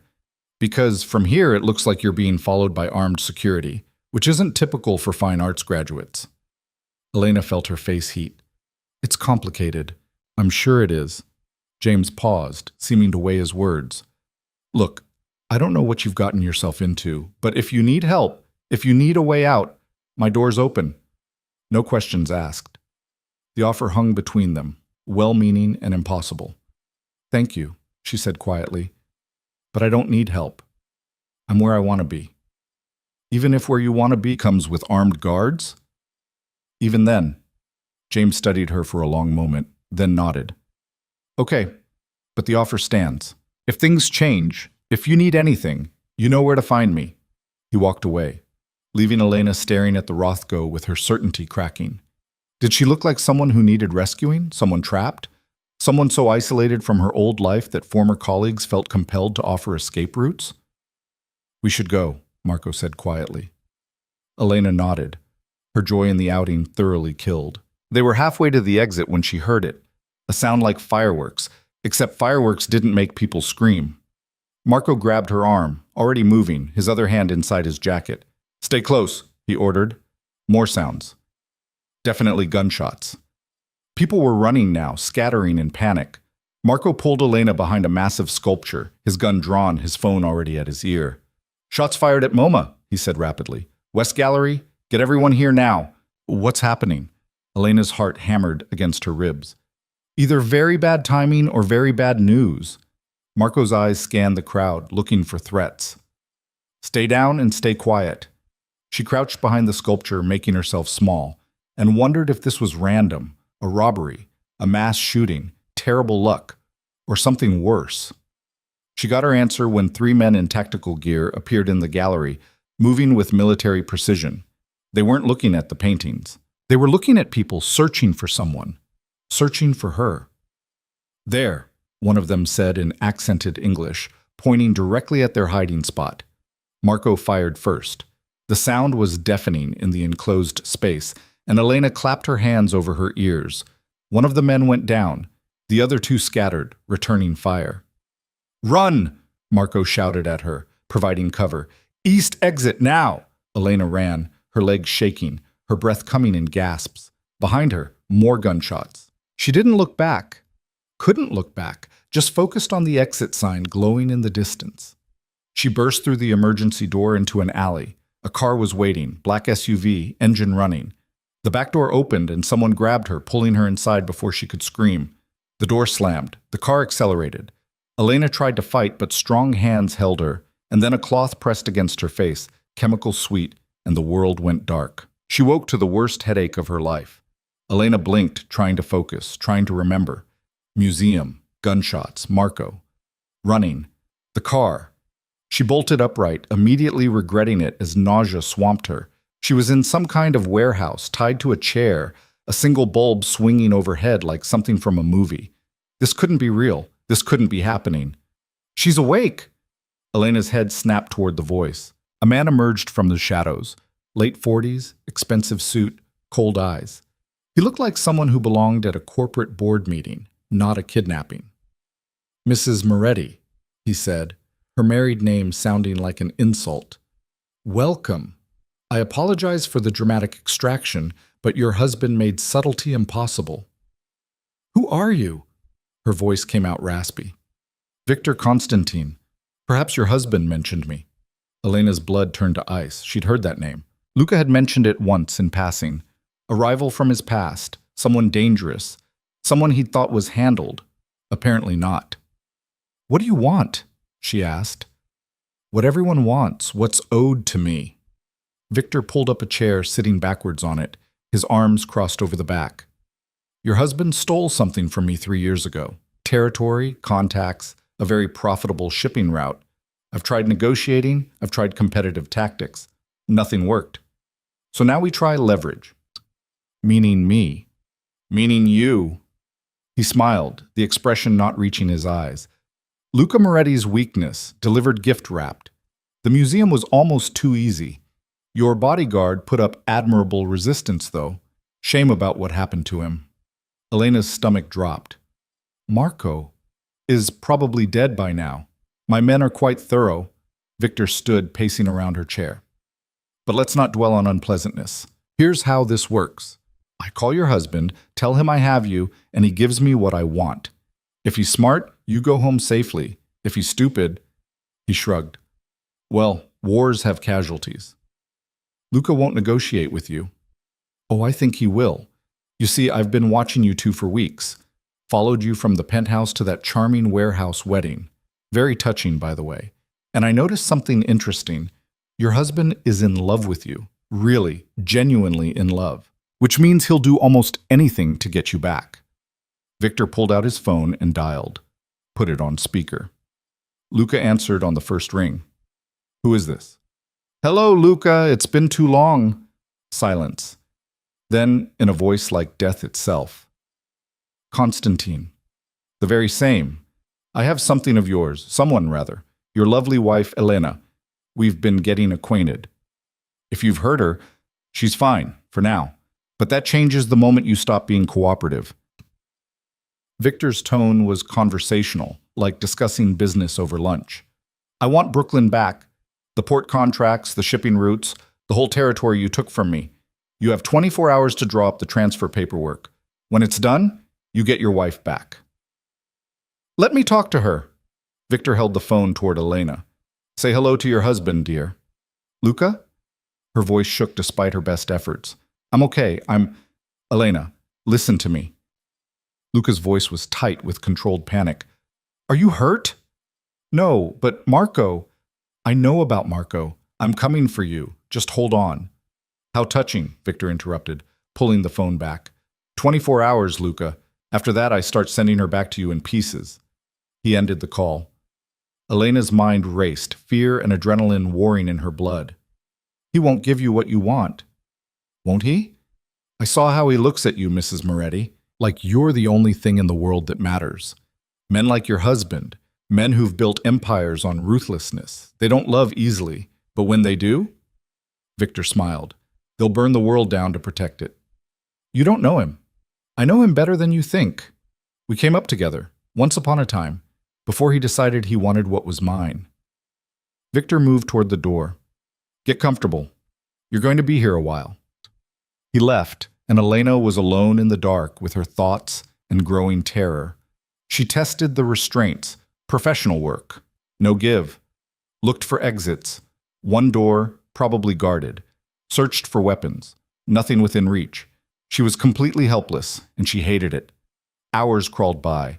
Elena dozed fitfully, waking at every sound. Once, someone brought water and a sandwich. She forced herself to eat, knowing she'd need strength for whatever came next. She thought about Luca, about their wedding night in the warehouse, about the way he'd looked at her when she'd said yes, about the life they'd barely started building before it all fell apart. She thought about dying in this warehouse, and whether Luca would trade his empire to save her. She hoped he wouldn't. She hoped he would. She didn't know what she hoped anymore. A commotion outside jerked her alert. Shouting, gunfire, the sounds of violence coming closer. The door burst open. Not Victor. Not his men. Luca, covered in blood, gun in hand, eyes wild. "Elena," he breathed, and it sounded like a prayer. He was across the room in seconds, cutting her restraints with a knife, pulling her into his arms. "Are you hurt?" he demanded, his hands running over her, checking for injuries. "I'm fine." "Luca, how did you—" "Later. We need to move now." He pulled her toward the door, but Victor's voice stopped them. "Leaving so soon?" The rivals stood in the doorway, gun trained on them, 3 men behind him, similarly armed. Luca moved immediately, putting himself between Elena and the weapons. "This is between us, Constantine. Let her go." "Let her go?" Victor laughed. "After all the trouble I went through to acquire her? I don't think so." "What do you want?" "What I've always wanted. Brooklyn. But now I think I'll take something else too. The satisfaction of watching you lose everything the way I did." Time seemed to slow. Elena saw Victor's finger tighten on the trigger, saw Luca tense, preparing to take the bullet meant for her, saw her entire future about to evaporate in gunfire and blood. She moved without thinking, grabbing Luca's gun from his holster and firing. The shot went wide. She'd never fired a gun before. But it was enough. Victor flinched. His men scattered, and Luca used the distraction to return fire with deadly accuracy. When the smoke cleared, Victor was down, bleeding from his shoulder. His men were either dead or running. Luca grabbed Elena's hand. "Now we run." They burst out of the warehouse into a Brooklyn night lit by sirens. Luca's car was waiting, Marco, bloodied but alive, in the driver's seat. "Go," Luca ordered, and Marco drove like they were being chased by demons. Because they were. In the back seat, Luca pulled Elena against him, his hand shaking as he held her. "I thought I lost you," he said into her hair. "When Constantine called, when I realized they had you, I'm okay. I'm here. I would have given him everything. Brooklyn, the ports, the entire empire. All of it for you." Elena pulled back to look at him. "I know. That makes me weak. That makes you human." He kissed her, desperate and relieved, and Elena kissed him back, tasting fear and blood and survival. They made it back to the penthouse as dawn broke. Marco disappeared to get medical attention. Luca and Elena stumbled inside, both running on adrenaline and shock. "We can't stay here," Luca said, already moving toward the bedroom. "Constantine's wounded, not dead. He'll come back with everything he has." "Then what do we do?" Luca stopped, turning to face her. "We end this, once and for all." "How?" His expression was grim. "The same way all wars end, with overwhelming force and a message no one can misunderstand." Elena understood what he wasn't saying. More people would die.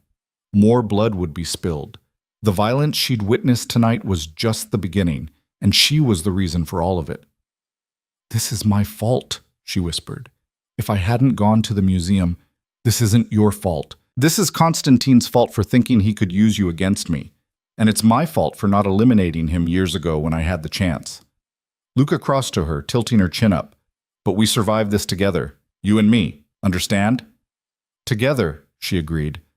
But as Luca pulled her close as they stood in their penthouse watching the city wake up to a day they'd barely survived to see, Elena knew with cold certainty that their war was just beginning, and only one of them would walk away. They packed what they could carry in 20 minutes. Elena threw clothes into a bag while Luca made phone calls in rapid Italian, his voice clipped and urgent. She could hear the tension in every word, the way he barked orders and expected immediate compliance. This was the man who'd built an empire, cold, efficient, ruthless when necessary. "2 cars," he said, ending his last call. "Marco's taking us north. My cousin Angelo will meet us at the safe house with enough men to hold off an army." "Safe house where?" "Upstate. Place Constantine doesn't know about." Luca grabbed her bag and his own. "We stay there while I finish this." "Finish it how?" His eyes met hers, dark and determined. "However I have to." They left through the building's service entrance, Marco already waiting with 2 black SUVs idling at the curb. His shoulder was bandaged, his face pale from blood loss, but his hands were steady on the wheel. "You should be in a hospital," Elena said as she climbed into the back seat. "I should be dead," Marco corrected. "Constantine's men put 3 bullets in me, but I'm too stubborn to die, and too loyal to leave Mr. Moretti when he needs me." Luca slid in beside Elena, immediately pulling out his phone. "How many can Angelo bring?" 15, maybe 20 if he pulls from the Jersey crew. "Tell him 25. I want overwhelming force." Marco nodded and relayed the message to the driver of the second SUV through his radio. The convoy pulled into traffic, heading north as the city's morning rush began. Elena watched Manhattan disappear through the rear window, wondering if she'd ever see it again. wondering if this was what her life would be now, running from one safe house to another, hiding while Luca waged war on her behalf. "You're quiet," Luca observed, trying to process everything. "Are you scared?" She considered lying, then decided against it. "Terrified." "Good. Fear keeps you sharp." He took her hand, threading their fingers together. "But I need you to trust me. Can you do that?" "I married you, didn't I?" "That was before someone kidnapped you and tried to use you as leverage." Elena turned to face him fully. "Luca, I knew what I was signing up for. Maybe not the specifics, but I knew loving you meant living in danger. I chose it anyway." "But you chose before you really understood what it meant. Then let me choose again now." She squeezed his hand. "I choose you. I choose this. Even knowing what Constantine did, what he might try again, I still choose you." Something in his expression cracked, the careful control slipping. He pulled her against him, his arms wrapping around her like she might disappear. "I'm going to kill him," he said quietly. "Not just wound him, not just send a message. I'm going to end Victor Constantine and everyone loyal to him, and I'm going to make sure the whole city knows what happens to people who threaten what's mine." Elena should have been horrified. Some part of her was. But a larger part, the part that had fired a gun for the first time in her life to save him, understood completely. "Okay," she said simply. They drove for 3 hours, leaving the city far behind for the kind of rural landscape Elena associated with summer camps and weekend getaways.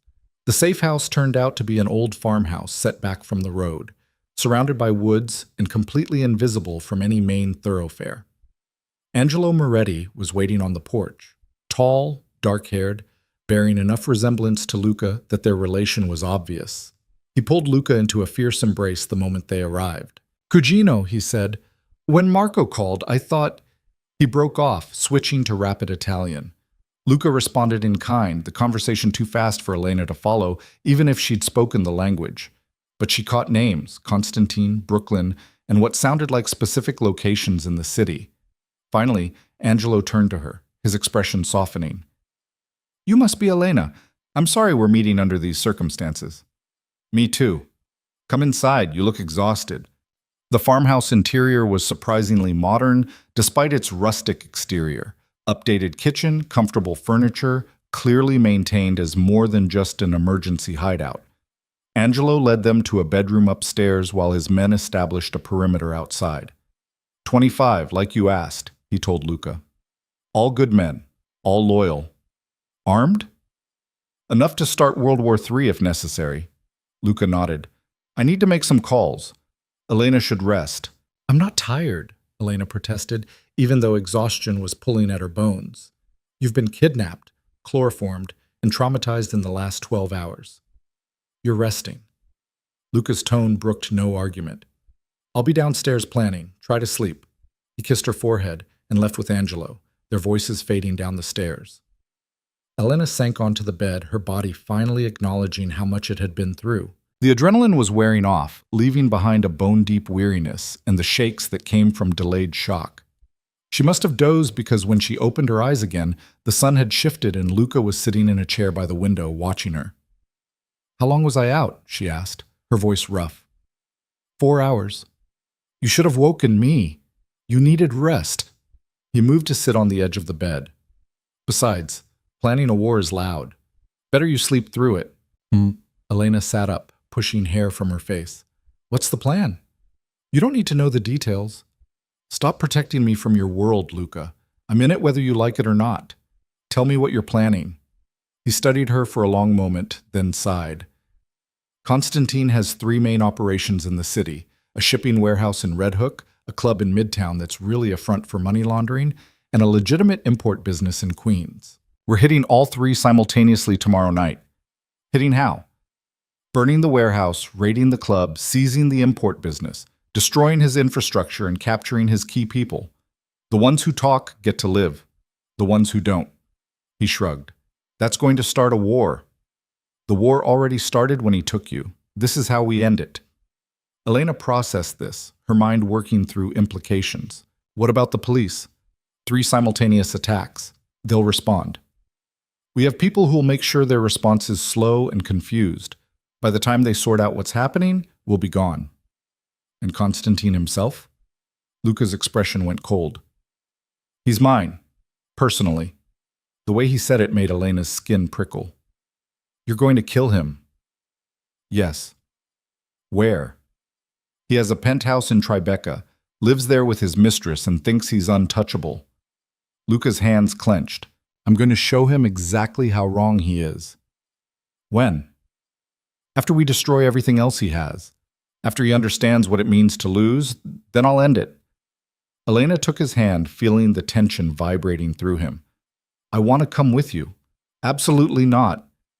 Luca, no, Elena. You stay here where it's safe, where Angelo and his men can protect you. I'm not risking you again. I'm already at risk.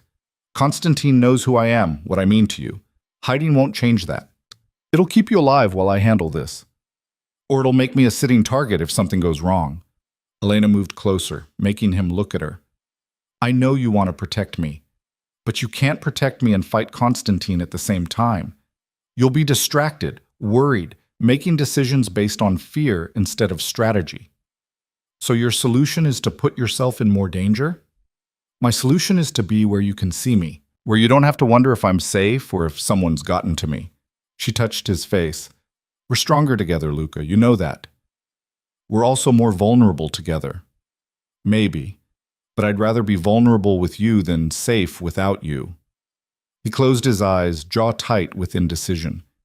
If I let you come, you follow my orders exactly. No arguments, no hesitation. You do what I say when I say it. Agreed. And if things go wrong, if I tell you to run, you run. You don't look back. You don't try to help me. You just go. Luca, that's the condition, Elena. Take it or stay here. She wanted to argue, wanted to tell him she'd never leave him, that they'd survive together or not at all. But she could see the fear beneath his determination, the way loving her had made him vulnerable in ways he'd never been before. Okay, she agreed. I'll run if you tell me to. It was a lie, and they both probably knew it. But he nodded anyway, accepting the fiction because the alternative was leaving her behind. They spent the rest of the day in tense preparation. Angelo's men checked weapons, reviewed floor plans, coordinated timing. Elena stayed out of the way mostly, but she watched and listened and learned. These were soldiers in everything but name, men who'd chosen loyalty to Luca over conventional lives, who'd kill on his orders without hesitation. Some looked barely older than her. Others bore scars that told stories of violence survived.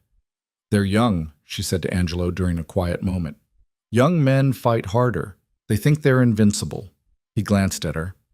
My cousin was like that once, before the world taught him otherwise. What changed him? Loss? Enough of it that he learned to be careful. Angelo's expression grew somber. But he's not being careful now. He's being reckless. Because of you. Because Constantine took me. Because he loves you. Which makes him dangerous in ways he hasn't been in years. Angelo met her eyes. Men like Luca, we build our strength on not caring too much, on being able to walk away from anything if necessary. But you're something he can't walk away from, and that terrifies him more than any enemy ever could. The words settled over Elena like a weight. She'd known intellectually that loving her made Luca vulnerable, but hearing it stated so plainly, seeing the concern in Angelo's eyes, made it real. Should I leave? She asked quietly. Would he be safer if I just disappeared? Safer maybe, but he'd be destroyed. Angelo shook his head. No, you stay. You fight beside him. You give him something to protect that's worth the risk. Just understand what you're asking of him every day you're together. That night, Elena couldn't sleep. She lay beside Luca in the farmhouse bedroom, listening to his breathing, feeling the heat of his body against hers. You awake? He murmured. Can't turn my brain off. He rolled to face her, his eyes catching moonlight through the window. What are you thinking about? What Angelo said, about how loving me makes you reckless. Angelo talks too much. Is he wrong? Luca was quiet for a moment. No, he's not wrong. Before you, I made decisions based purely on strategy. What benefited my organization? What eliminated threats? What increased power? I was ruthless because I could afford to be. And now? Now every decision filters through one question. How does this affect Elena? Will this put her at risk? Will this make her safe? Will this give us a future? His hand found hers in the dark. It's made me sloppy, distracted. Exactly what Angelo said. Do you regret it? Not for a second. He pulled her closer. I'd rather be reckless and in love than safe and alone, even if it gets me killed. Don't say that. It's true. You're worth dying for, Elena. But more than that, you're worth living for. Worth changing for. His voice dropped to barely a whisper. Worth being better for. Tears pricked her eyes. I love you. I love you too. Which is why tomorrow, no matter what happens, I need you to promise me something. What? If I tell you to run, if things go wrong and I give you that order, you run and you don't look back. You find Marco or Angelo and you let them get you somewhere safe, somewhere far from all of this. I already promised. I need to hear it again. I need to know that if the worst happens, you'll survive. Elena wanted to argue, wanted to tell him she'd never leave him, that she'd fight beside him until the end, but the raw need in his voice stopped her. I promise, she whispered, and hated herself for the lie. They made love slowly, desperately, like people who knew tomorrow might change everything. And when it was over, when they lay tangled together in the dark, Elena memorized every detail. The way his heartbeat felt against her palm, the rhythm of his breathing, the weight of his arm across her waist. Just in case. Morning came too fast. Elena woke to find Luca already dressed, strapping on body armor over a black shirt. It's time, he said. She dressed quickly in clothes Angelo had provided, dark jeans, black sweater, boots that could run if necessary. Luca helped her into a Kevlar vest, his hands gentle despite the violence they were preparing for. Remember, he said, adjusting the straps, you stay close to me. You do what I say, and if things go wrong, I run. I know. He kissed her hard, like he was trying to memorize the taste of her. Let's go end this. The convoy assembled in the farmhouse driveway.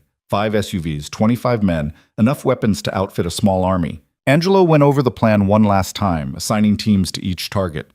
Red Hook team leaves now, he said, checking his watch. Midtown 5 minutes later. Queens 10 minutes after that. All hits at exactly 10 p.m. That gives us 30 minutes before police response gets organized. Luca would lead the team hitting Constantine's Tribeca penthouse. Elena would be with him, along with Marco and 4 others. The rest would scatter after completing their objectives, meeting at predetermined locations to regroup. Questions? Angelo asked. Silence. Then let's go to work.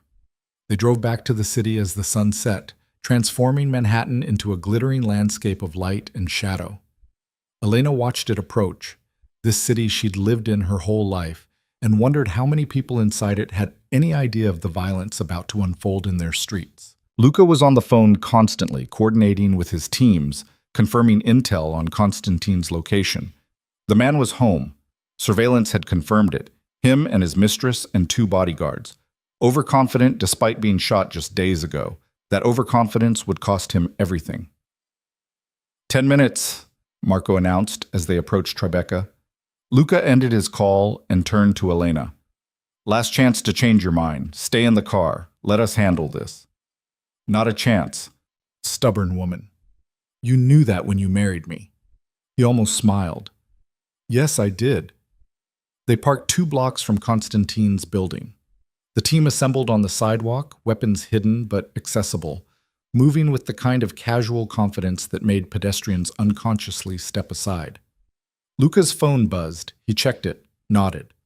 Red Hook is a go. Warehouse is burning. 2 minutes later, Midtown secured. Club's ours. 3 minutes after that, Queen's team in position. Moving on the import business now. Our turn, Luca said. They entered Constantine's building through the service entrance, taking out the security guard with a silenced shot before he could raise an alarm. Marco and another man secured the lobby while Luca led the rest toward the elevator. The penthouse occupied the entire top floor, accessible only by private elevator requiring a key card. Marco had acquired one, Elena didn't ask how, and they rode up in tense silence. The doors opened directly into Constantine's home. Marble floors, modern art, floor-to-ceiling windows overlooking the city. And standing in the center of it all, drink in hand, Victor Constantine. He didn't look surprised.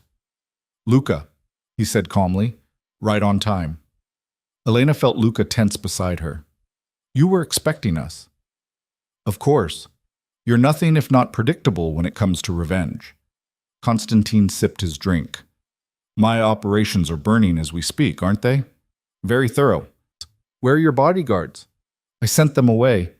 Seemed pointless to let them die for nothing." Constantine set down his glass.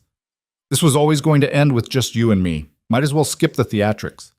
Luca's hand moved to his gun, but Constantine raised a hand. "Wait. Before you kill me, and we both know you will, I have a proposition. I'm not interested in negotiations." "Not a negotiation, a trade." Constantine's eyes shifted to Elena. "I let you kill me without a fight, and in exchange, you let my mistress walk away. She had nothing to do with our war. She's upstairs, terrified, waiting to see if she lives or dies. Give me your word she walks away unharmed, and I won't resist." Luca's jaw clenched. "Why would I agree to that?" "Because, despite everything, you're not a monster who kills innocent people. Your wife," he nodded at Elena, "she's proof of that. You could have destroyed her to hurt her father, but you didn't. You fell in love instead." Constantine smiled sadly. "So I'm betting you'll extend the same mercy to someone I love." The room fell silent. Elena could feel Luca's internal struggle, the way this request cut against his desire for absolute vengeance. "Your mistress goes free," Luca said finally. "She has 1 hour to pack and leave the city. If I ever see her again, that mercy ends. Understood?" "Understood." Constantine looked almost relieved. "Thank you." "Don't thank me. This isn't mercy.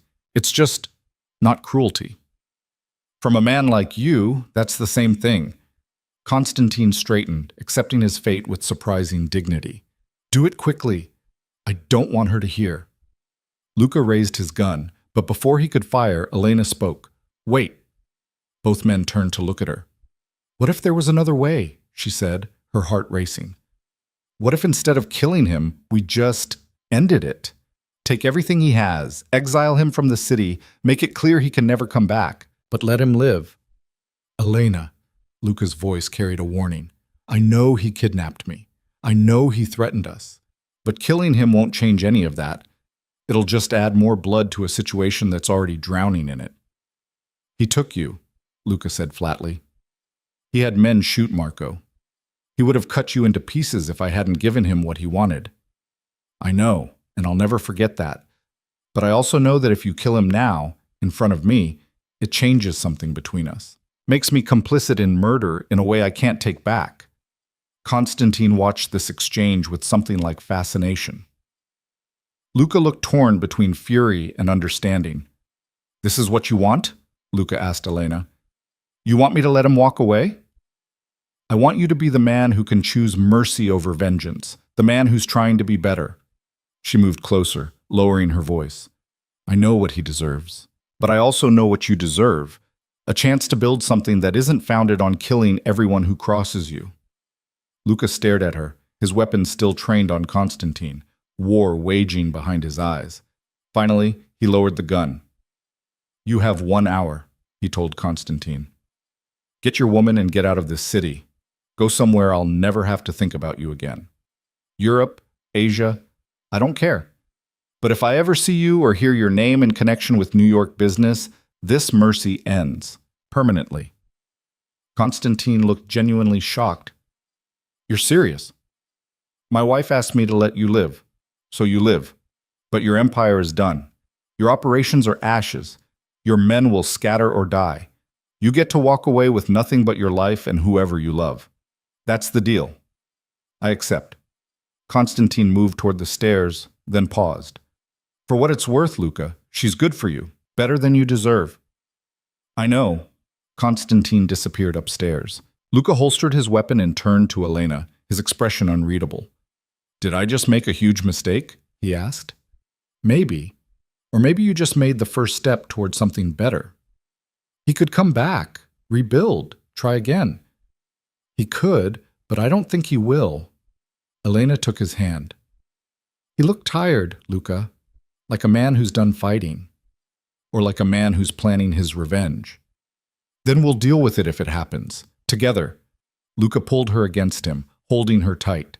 You're too good for this world, for my world. Then maybe it's time to find a different world. They left the penthouse 10 minutes later, passing Constantine and his mistress on their way out. The woman was crying, clutching a single suitcase. Constantine met Luca's eyes one last time, nodded once, and led her toward the elevator. Outside, the city continued its normal rhythm, unaware that a war had just ended, not with bloodshed, but with mercy. Angelo was waiting at the rendezvous point, his expression confused when he saw Luca. Did you? It's done, Luca said simply. Constantine's leaving the city. His operations are destroyed. The war's over. But he's alive?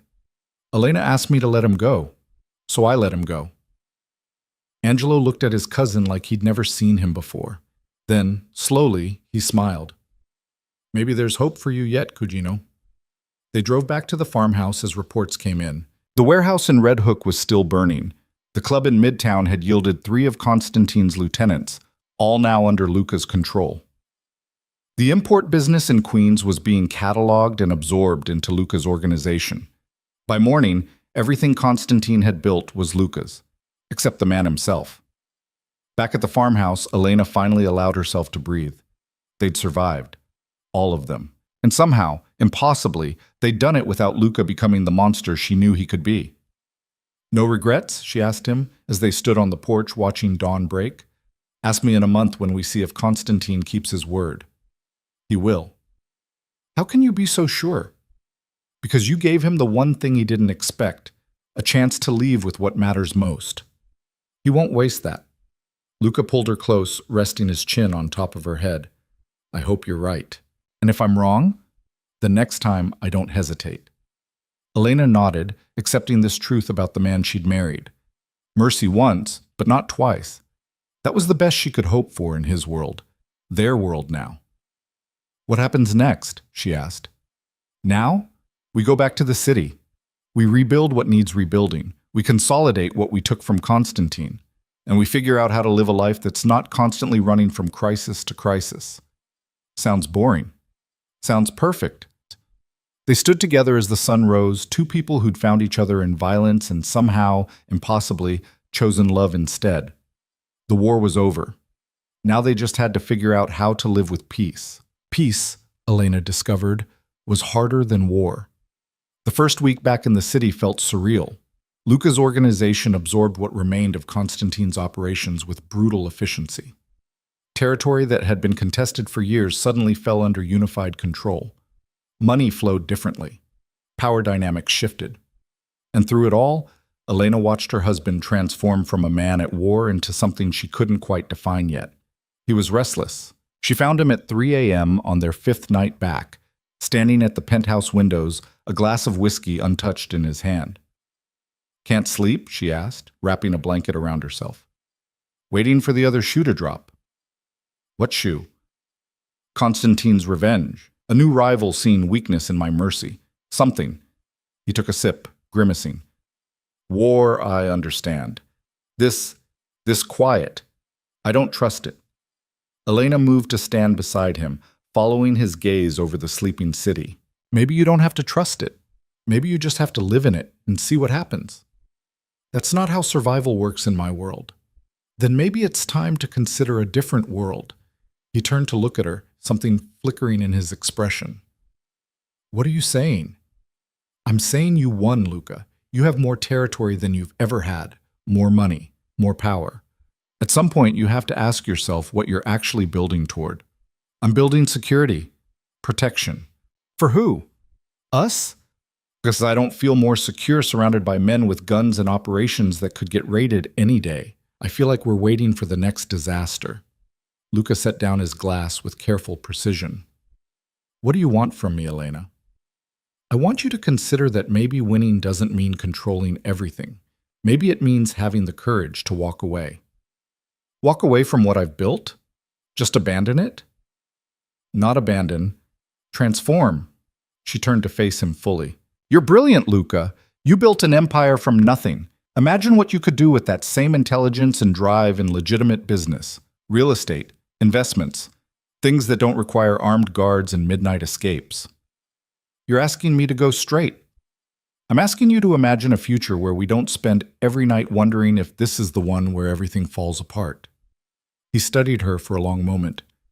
You knew who I was when you married me. I did, and I still do. But I also know who you could be. She took his hands. The man who let Constantine live, that's not the old Luca Moretti. That's someone new, someone better. And I want to see who that person becomes if you give him a chance. Luca pulled her against him, resting his chin on her head. It's not that simple. I have obligations, people who depend on me, enemies who'd see any withdrawal as weakness. Then make them understand its evolution, not retreat. Hand off operations to people you trust. Keep financial stakes if you want, but step back from the day-to-day violence. Give yourself room to be something more than what circumstances made you. You make it sound easy. It won't be. But nothing worth having ever is.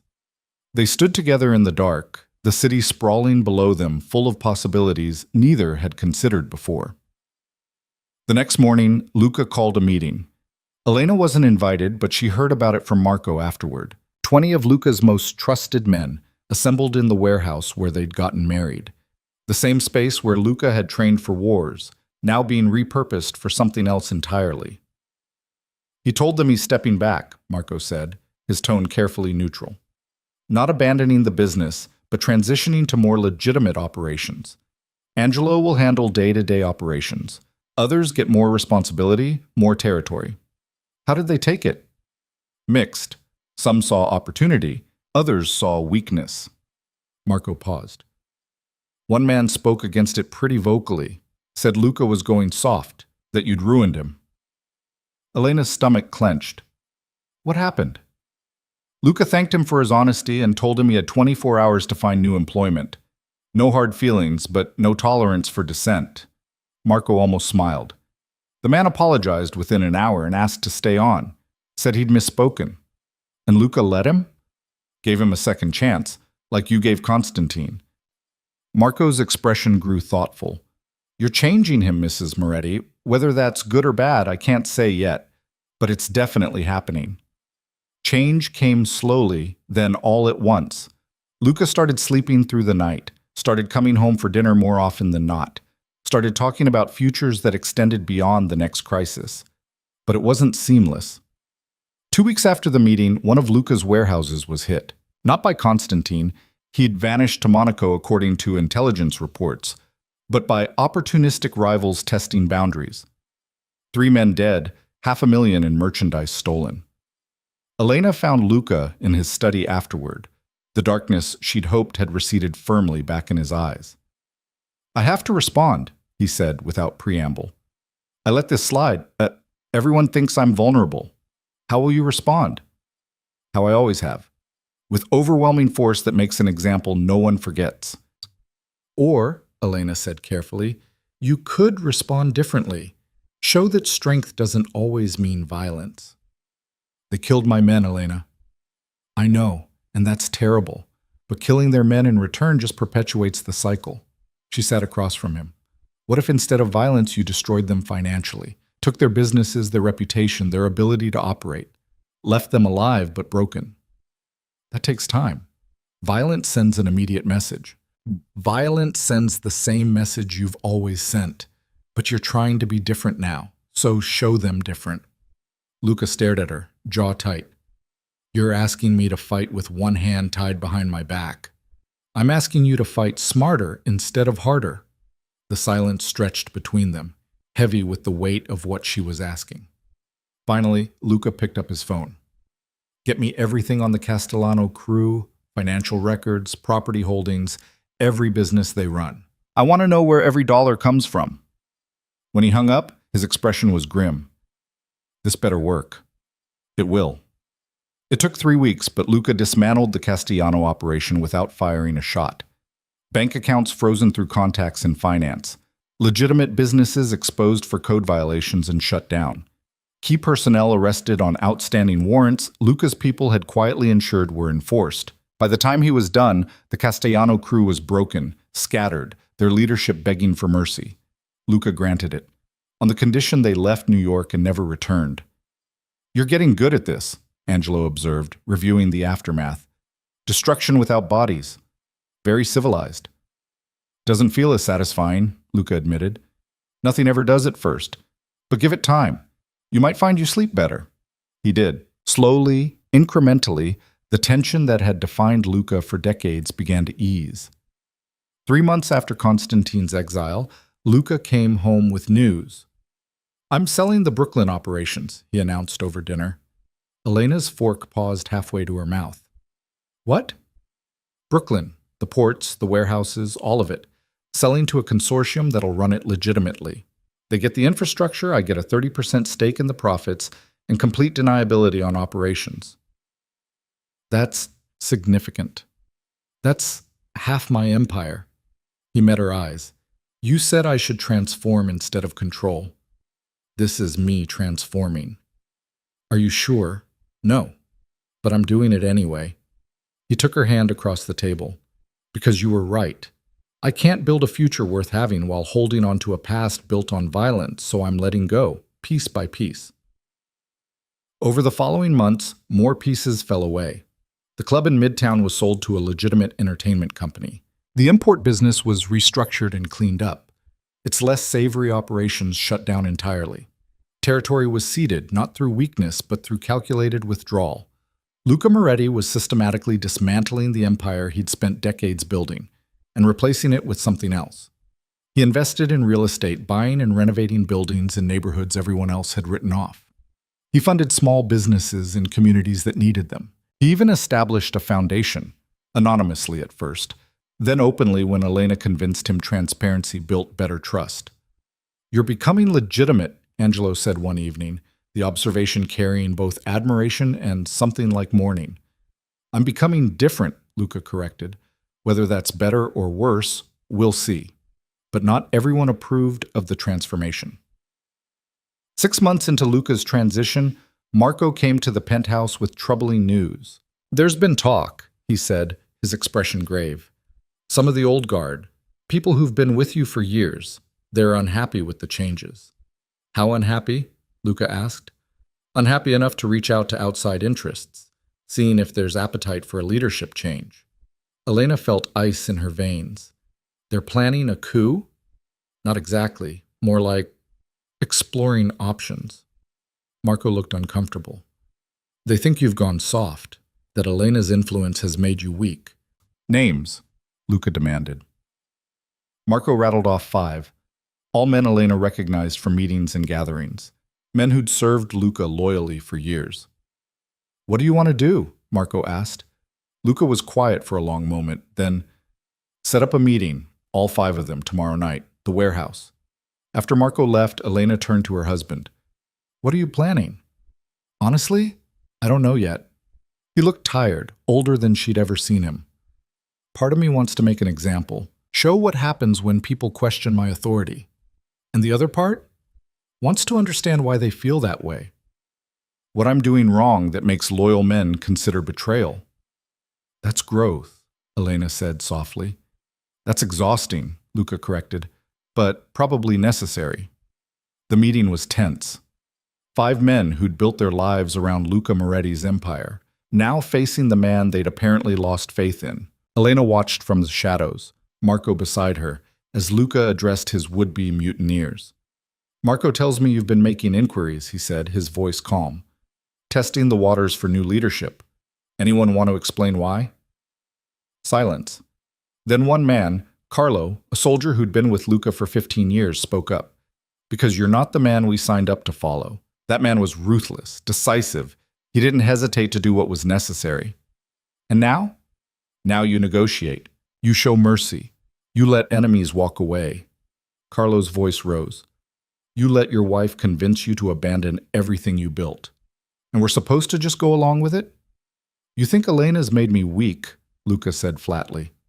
"I think she's made you someone we don't recognize." Luca nodded slowly. "You're right." The admission seemed to shock everyone, Elena included. "I'm not the man you signed up to follow," Luca continued. That man was building toward nothing but more violence, more territory, more of the same until someone killed him or he died alone and paranoid. You're right that Elena changed that. She showed me there was something worth building toward besides just survival. He paced the warehouse floor, every eye following him. Here's what I'm offering. Anyone who wants the old Luca Moretti, the old way of doing things, you can have it. Angelo's running operations that still require that approach. Work for him. Make your money. Live that life. I won't stop you. But you don't get to work for me and question the direction I'm taking. And if we think your direction is suicide, another man asked, then leave. Right now. No hard feelings, no retaliation. Take a severance package and find someone else to follow. Luca's expression hardened slightly. But if you stay, you're all in. No more questioning, no more outside inquiries, no more undermining what I'm building. We clear? The 5 men exchanged glances.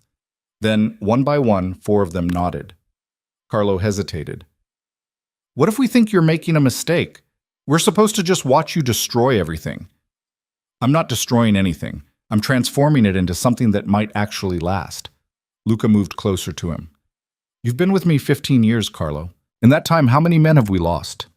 How many friends, soldiers, people we cared about, dead because of this life? That's the cost of doing business. What if it doesn't have to be? What if there's a way to have power and money and security without constantly looking over your shoulder waiting for the bullet with your name on it? You really believe that's possible? I'm willing to try. Question is whether you are. Carlo looked at Luca for a long moment, then at the other 4 men, then at the warehouse around them, site of so many meetings, so much history. I'll stay, he said finally. But I reserve the right to say I told you so if this all goes to hell. Luca smiled. Fair enough? The meeting dissolved, the 5 men leaving with what looked like renewed, if cautious, loyalty. When they were gone, Luca pulled Elena from the shadows. You heard all that? Every word. She touched his face. I'm proud of you. For what? Not killing people who were plotting against me? For choosing to lead differently. For giving them a choice instead of just making an example. Carlo's right, you know. This could all blow up in my face. It could, but it might not. And I'd rather try and fail than never try at all. Luca pulled her close, holding her like she was the only solid thing in a shifting world. How did I get so lucky to find you? You didn't find me. You kidnapped me. Best decision I ever made. She laughed against his chest, and the sound echoed in the empty warehouse where violence used to reign.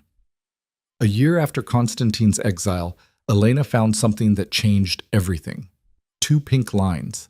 She stared at the pregnancy test, her hands shaking, mind racing. A baby.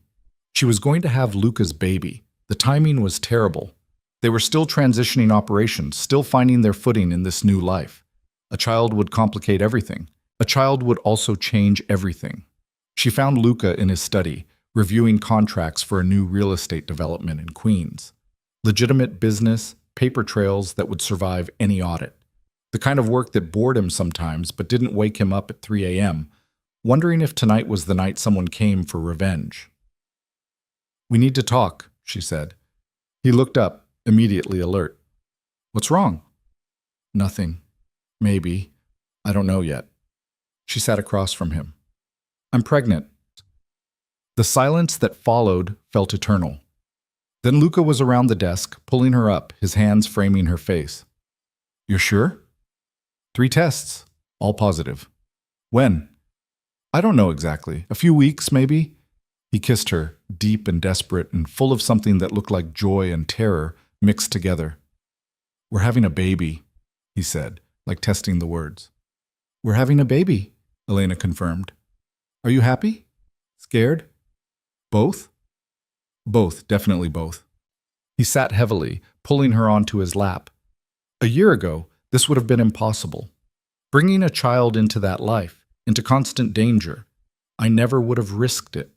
And now I'm terrified for completely different reasons, like whether I'll be a good father, whether I can give our child a normal life, whether you're worthy of this, Elena finished.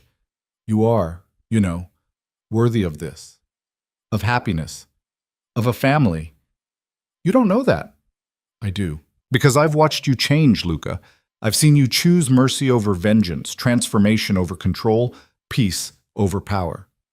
That man, the one you're becoming, that man will be an amazing father.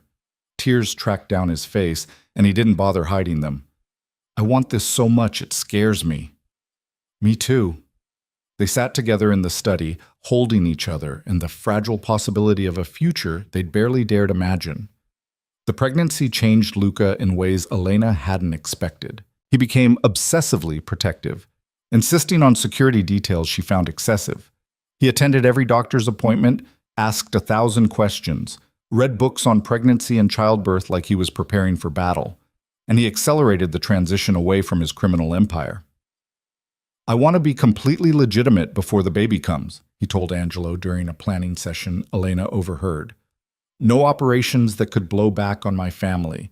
Nothing that puts them at risk. That's not realistic, Angelo argued. Some things take time to untangle. Then untangle them faster. I don't care what it costs.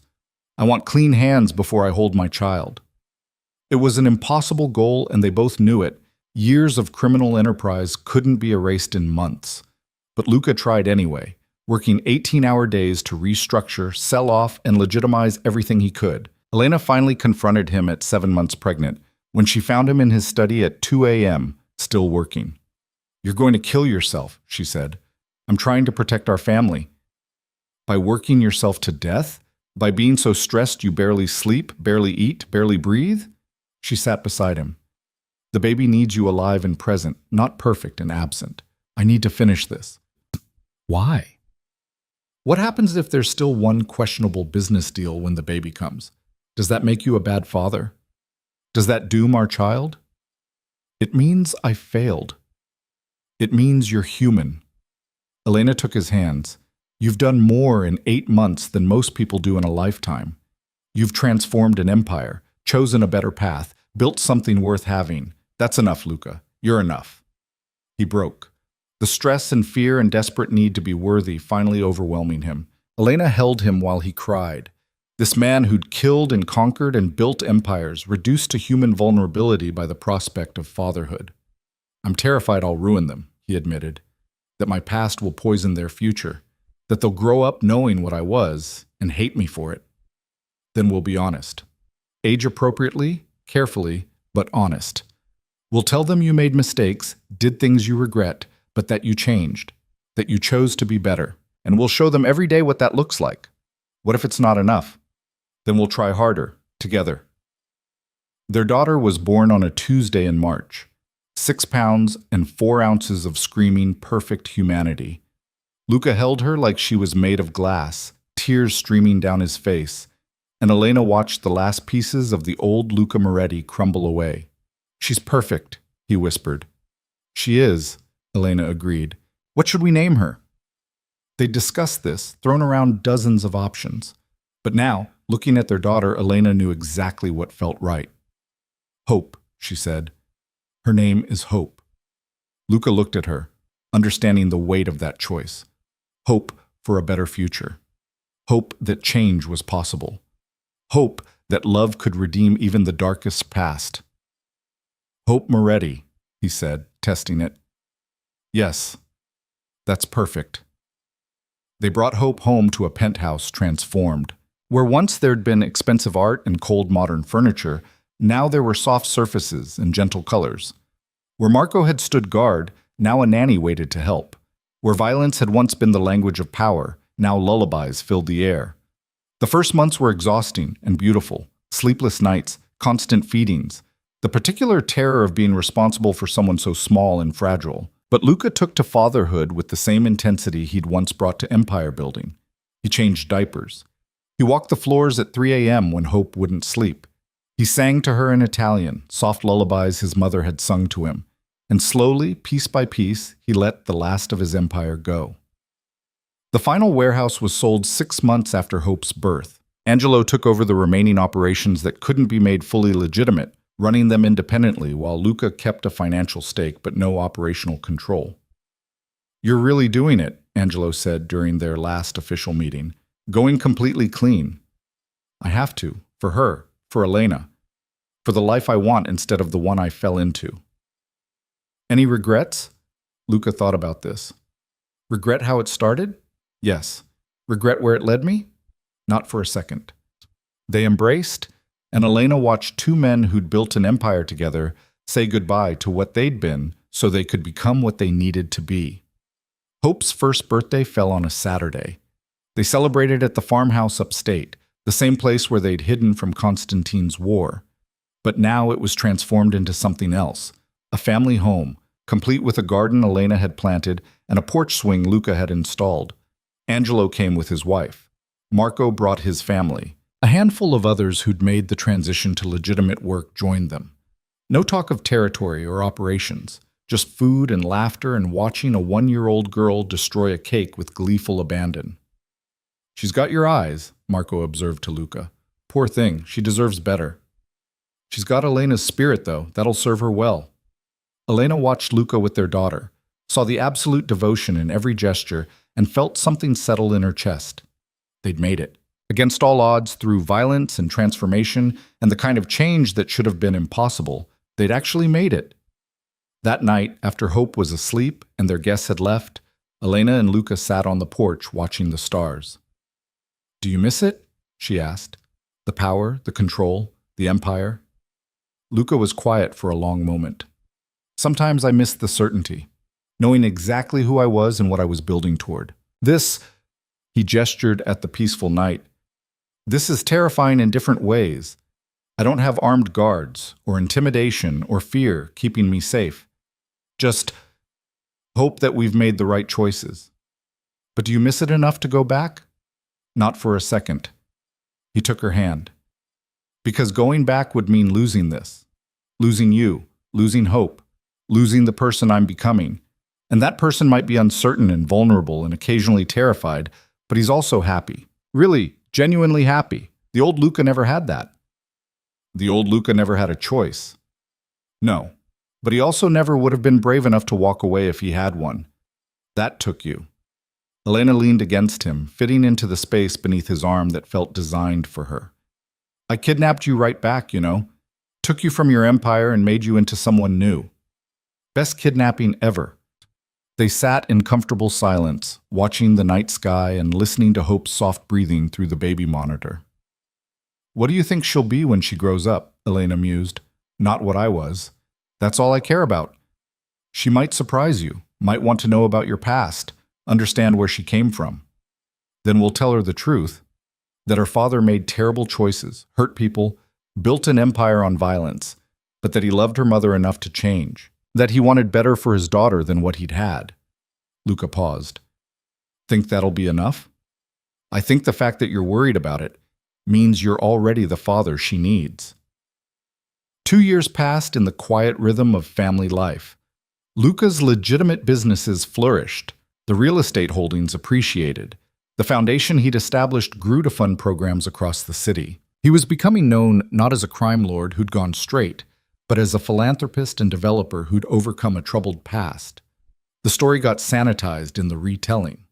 Elena watched it happen, watched journalists and society columnists craft a narrative that made Luca's transformation seem inevitable and noble rather than desperate and hard-won. They're making you into someone you're not, she observed one evening, reading yet another puff piece. They're making me into someone I can live with being, close enough. Hope grew into a toddler full of questions and fearlessness. She had Luca's dark eyes and Elena's stubborn chin, and she ran both her parents ragged with her endless energy. She's going to be trouble, Marco predicted during one visit. She's already trouble, Luca said fondly, watching Hope attempt to climb furniture she definitely shouldn't be climbing. But she's our trouble. On Hope's second birthday, Elena found Luca in their bedroom, holding something small and worn. What's that? She asked. He opened his hand to reveal a ring, the simple platinum band he'd given her during their warehouse wedding. I was thinking we should do it again, properly this time. We're already married. We're married in a ceremony that lasted 5 minutes in a judge's study. I want to marry you again, in front of people we care about, with Hope there to see it. I want to do it right. Elena's eyes burned. You want a wedding. I want to stand in front of everyone we know and choose you again, publicly, proudly, without any shadow of coercion or Stockholm syndrome or questions about whether it was real. He took her hands. Marry me again, Elena. Let me do this one thing right. You've done everything right. Then let me do this anyway. They were married on a Saturday in September in the garden Elena had planted at the farmhouse. 50 people attended, friends, family, people who'd made the journey with them from violence to peace. Hope served as flower girl, scattering petals with more enthusiasm than accuracy. Angelo stood as best man. Sarah Chen, Elena's old friend who'd eventually forgiven her once she understood the full story, was maid of honor. Elena wore a simple white dress, nothing like the elaborate gown from her first wedding. Luca wore a dark suit and an expression of such open joy it took her breath away. When the officiant asked if she took this man, Elena said, "I do," with her whole heart. When Luca said the same, his voice broke on the words. They kissed to applause and laughter, and Hope's delighted squealing, and Elena felt the last piece of their old story fall away. This was their new beginning, not built on kidnapping and coercion and Stockholm syndrome, but on choice and change and the hardest kind of love, the kind that demanded growth. The reception lasted until dark, full of dancing and toasts, and the kind of joy that came from surviving what should have destroyed you. Robert Voss attended, walking Elena down the aisle with tears in his eyes. They'd rebuilt their relationship slowly, painfully, through a year of difficult conversations and honest reckonings. He'd never fully forgive Luca, and Luca would never fully trust him, but they'd found a way to coexist for Elena and Hope's sake. "I was wrong about him," Robert admitted during their dance. "Not about how it started. That was still wrong. But about who he could become. I didn't think people like him could change." "People like him?" Elena raised an eyebrow. "People like me," her father corrected quietly. "I stole from him to give you a better life, and it nearly destroyed everyone. He stole you to get revenge, and somehow it saved you both. I don't know what that means, but I'm trying to accept that the universe works in ways I can't predict.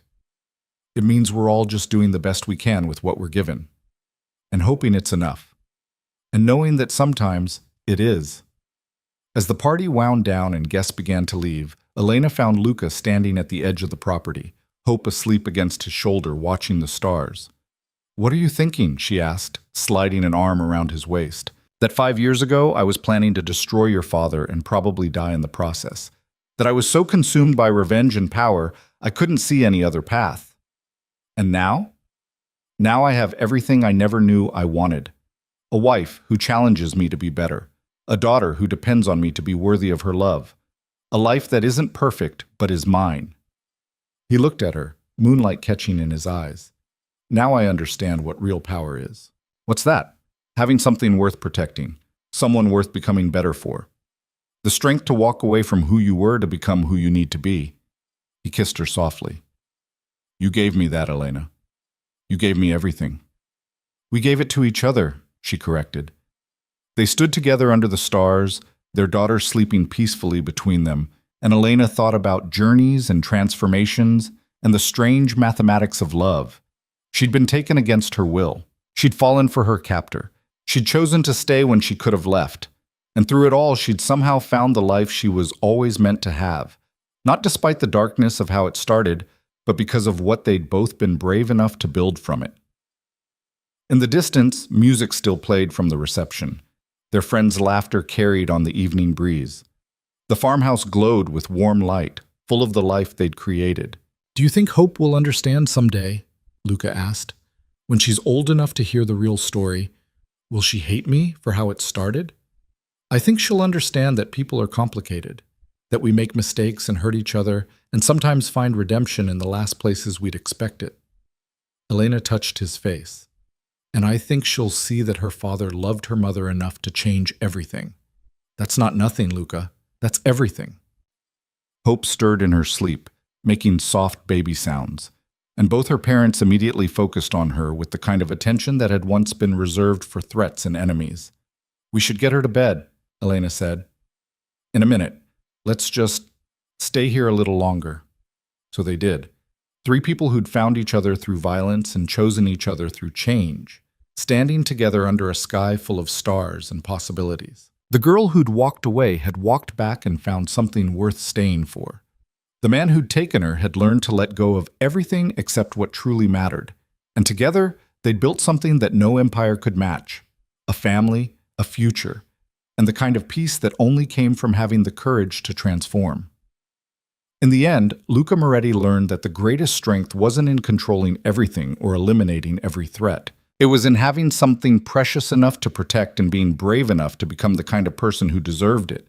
He'd been a monster who became a man. Elena had been a victim who became a partner. And hope, beautiful, fearless hope, she was the proof that even the darkest beginnings could lead to the brightest futures. If you were brave enough to choose them, if you were strong enough to change, if you loved enough to try, they'd been all three, and it had been enough, more than enough. It had been everything.